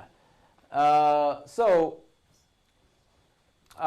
Joe, as we kind of wrap up this show tonight, let's kind of prepare our friends for our look at the Erie County Hornets. This has been a program that I've kind of had I've had a slight interest in, just because they're a 6-man program. Back in my days growing up here in Cristobal, we always had just a crazy rivalry with Erie County. In fact, my junior year in high school, we played them for a district championship or shared the district title, and it was a really good football game. We won it, of course. We got blown out by Roscoe in the Mustang Bowl the following week. But hey, at least we beat Erie County. That was our game that we circled on the schedule. I'm sure, just like Permian circles, or just like Central circles Permian, Levelland. Who do y'all circle on the schedule there? Let's be honest, in Levelland's history, we don't circle a lot of games. When I was there, we circled. Yeah. Poor Levelland, circle every game because every game is important because that's how you play a football What about game. Nevada Community? Do you ever play them? No, Joe. No. We have never had an interaction with Nevada Community. No, I'll tell you what. If in Levelland, if you want to circle one, that's probably going to win. You probably circle Brownfield. Okay. The Cubs. The Cubs. With reason. All right, before we leave you tonight, we will say goodbye with a look at our good friends from Erie County and how 6-man football saved Mertzen, Erie County there. We say goodbye tonight. Best of luck to all of our teams who are traveling home tonight. Also, we want to thank all of our contributors tonight, James Bellini, all of our scorers tonight, Yanis Green, Sonia Ramirez Munoz, of course, our writer of the night, Ryan Chadwick, who came on as an analyst tonight. Fantastic. You can look out for his write-up tonight. Of course, all of our guests, Aubry Trufant of Trfant Brothers Tattoo and Caleb Wallace, and of course, Christian Gabaldon and Matt Trammell. Thank you guys so much. Even for Joe Hyde, thank you, sir, who's directing the 1s and 2s. I'm Manny Diaz. Joe. Flip the camera. Yes, this has been week 6 of Cover 1 Live. Until next week, good night. God bless. We leave you with the Hornets. TV live. Loud, loud. Put it on! We're right! Win! I see on 3. 1, 2, 3. Switching to 6-man from 11, it was quite a community discussion. There was quite a bit of a vote, I guess you could say, because do we convert the field, the new turf field that we just built? What's the workarounds? What are those going to cost? But at the end of the day, everybody came to their senses and did what was best for the kids, and not just football kids. It was our UIL kids, our band kids, our track kids, our basketball kids. It wasn't an easy transition. We had to go outlaw, play 6-man outlaw our first year. We went to the state title game, so right away we realized that there were going to be dividends paid by going to the 6-man format for sure. 7 over here, 4 over here, read left to right. My name is Don Kofel. I'm head football coach at Erie County High School. I've been coaching for 26 years, and this is my 2nd year here at Erie County. Showing up here last year, basically right before school gets out, you're taking over a program that was 11-man and you're trying to turn it into 6-man, which is a completely different ball game. There is a fine line. Hey, football is football, but when you got every man is eligible, you got to start working every position as a skills position. My name is Jason Parks, and I'm a proud graduate of Erie County High School, class of 1989. And I'm very fortunate to have 2 young men that are currently students at Erie County High. We've been back here for about 8 years, and it was really difficult watching. We just didn't have the numbers that the other schools that we were having to play had. Our enrollment was not quite what the other schools were. It was hard to watch. It was really hard to watch. A lot of good kids that just felt down upon their abilities and what they thought that they could achieve, and it was difficult to watch. it just made sense to do it with the numbers where we were and what needed to happen to be able to put our kids in the best position for success. And six-man was the way to go. My name is Trfant Brothers. I play quarterback and safety, and I'm a sophomore here at Erie County. It was pretty difficult. There's a fine line between six-man and 11-man mentality. You gotta develop the six-man mentality, and that takes for a little bit. But last year we seemed to pick it up, and everybody adjusted to it pretty well, and it was fun. My name is Riley Grider, and I play running back for Erie County. I'm a senior in high school. Six-man football, it's a little more fast-paced than 11-man. You see scores that are, way up there. I mean, our last game, 72 to 28 or something like that. You just go carry after carry, and it's just, we got to be in shape. That's what we run a lot in practice, and it gets us prepared. You got to be on your toes a little bit more. Every player has to be in the right position. There's people that have been supportive fans for years and years and pretty much go to every game. And the first couple of six-man games they see, they have a twinkle in their eye. They're excited because they don't understand just how fast the game is, how fast scoring it is. Well, we went from, not filling the stands at 11-man games a couple years ago, and then we made this transition, and we're pretty good at it, and we fill the stands. We have Hornet pride here in the school and the community. These fans, they've been with us every Friday night. We have a band playing, and everybody, we get to look out there, and the stands are filled maximum capacity. It's a lot of fun. It's really fun to play with that, knowing that we got people behind us, and it's not just us. I think you nailed it. I think the swagger is the way to put it. I think we walk out on the field and we expect to win now. I can't give you the exact number, but I feel like it's been 20+ years since they've won a playoff game, and that's something that we want to get accomplished this year.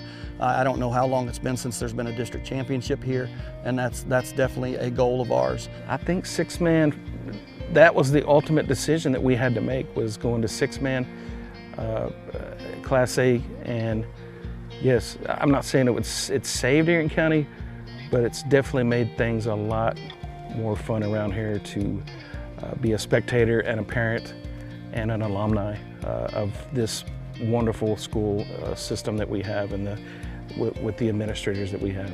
So.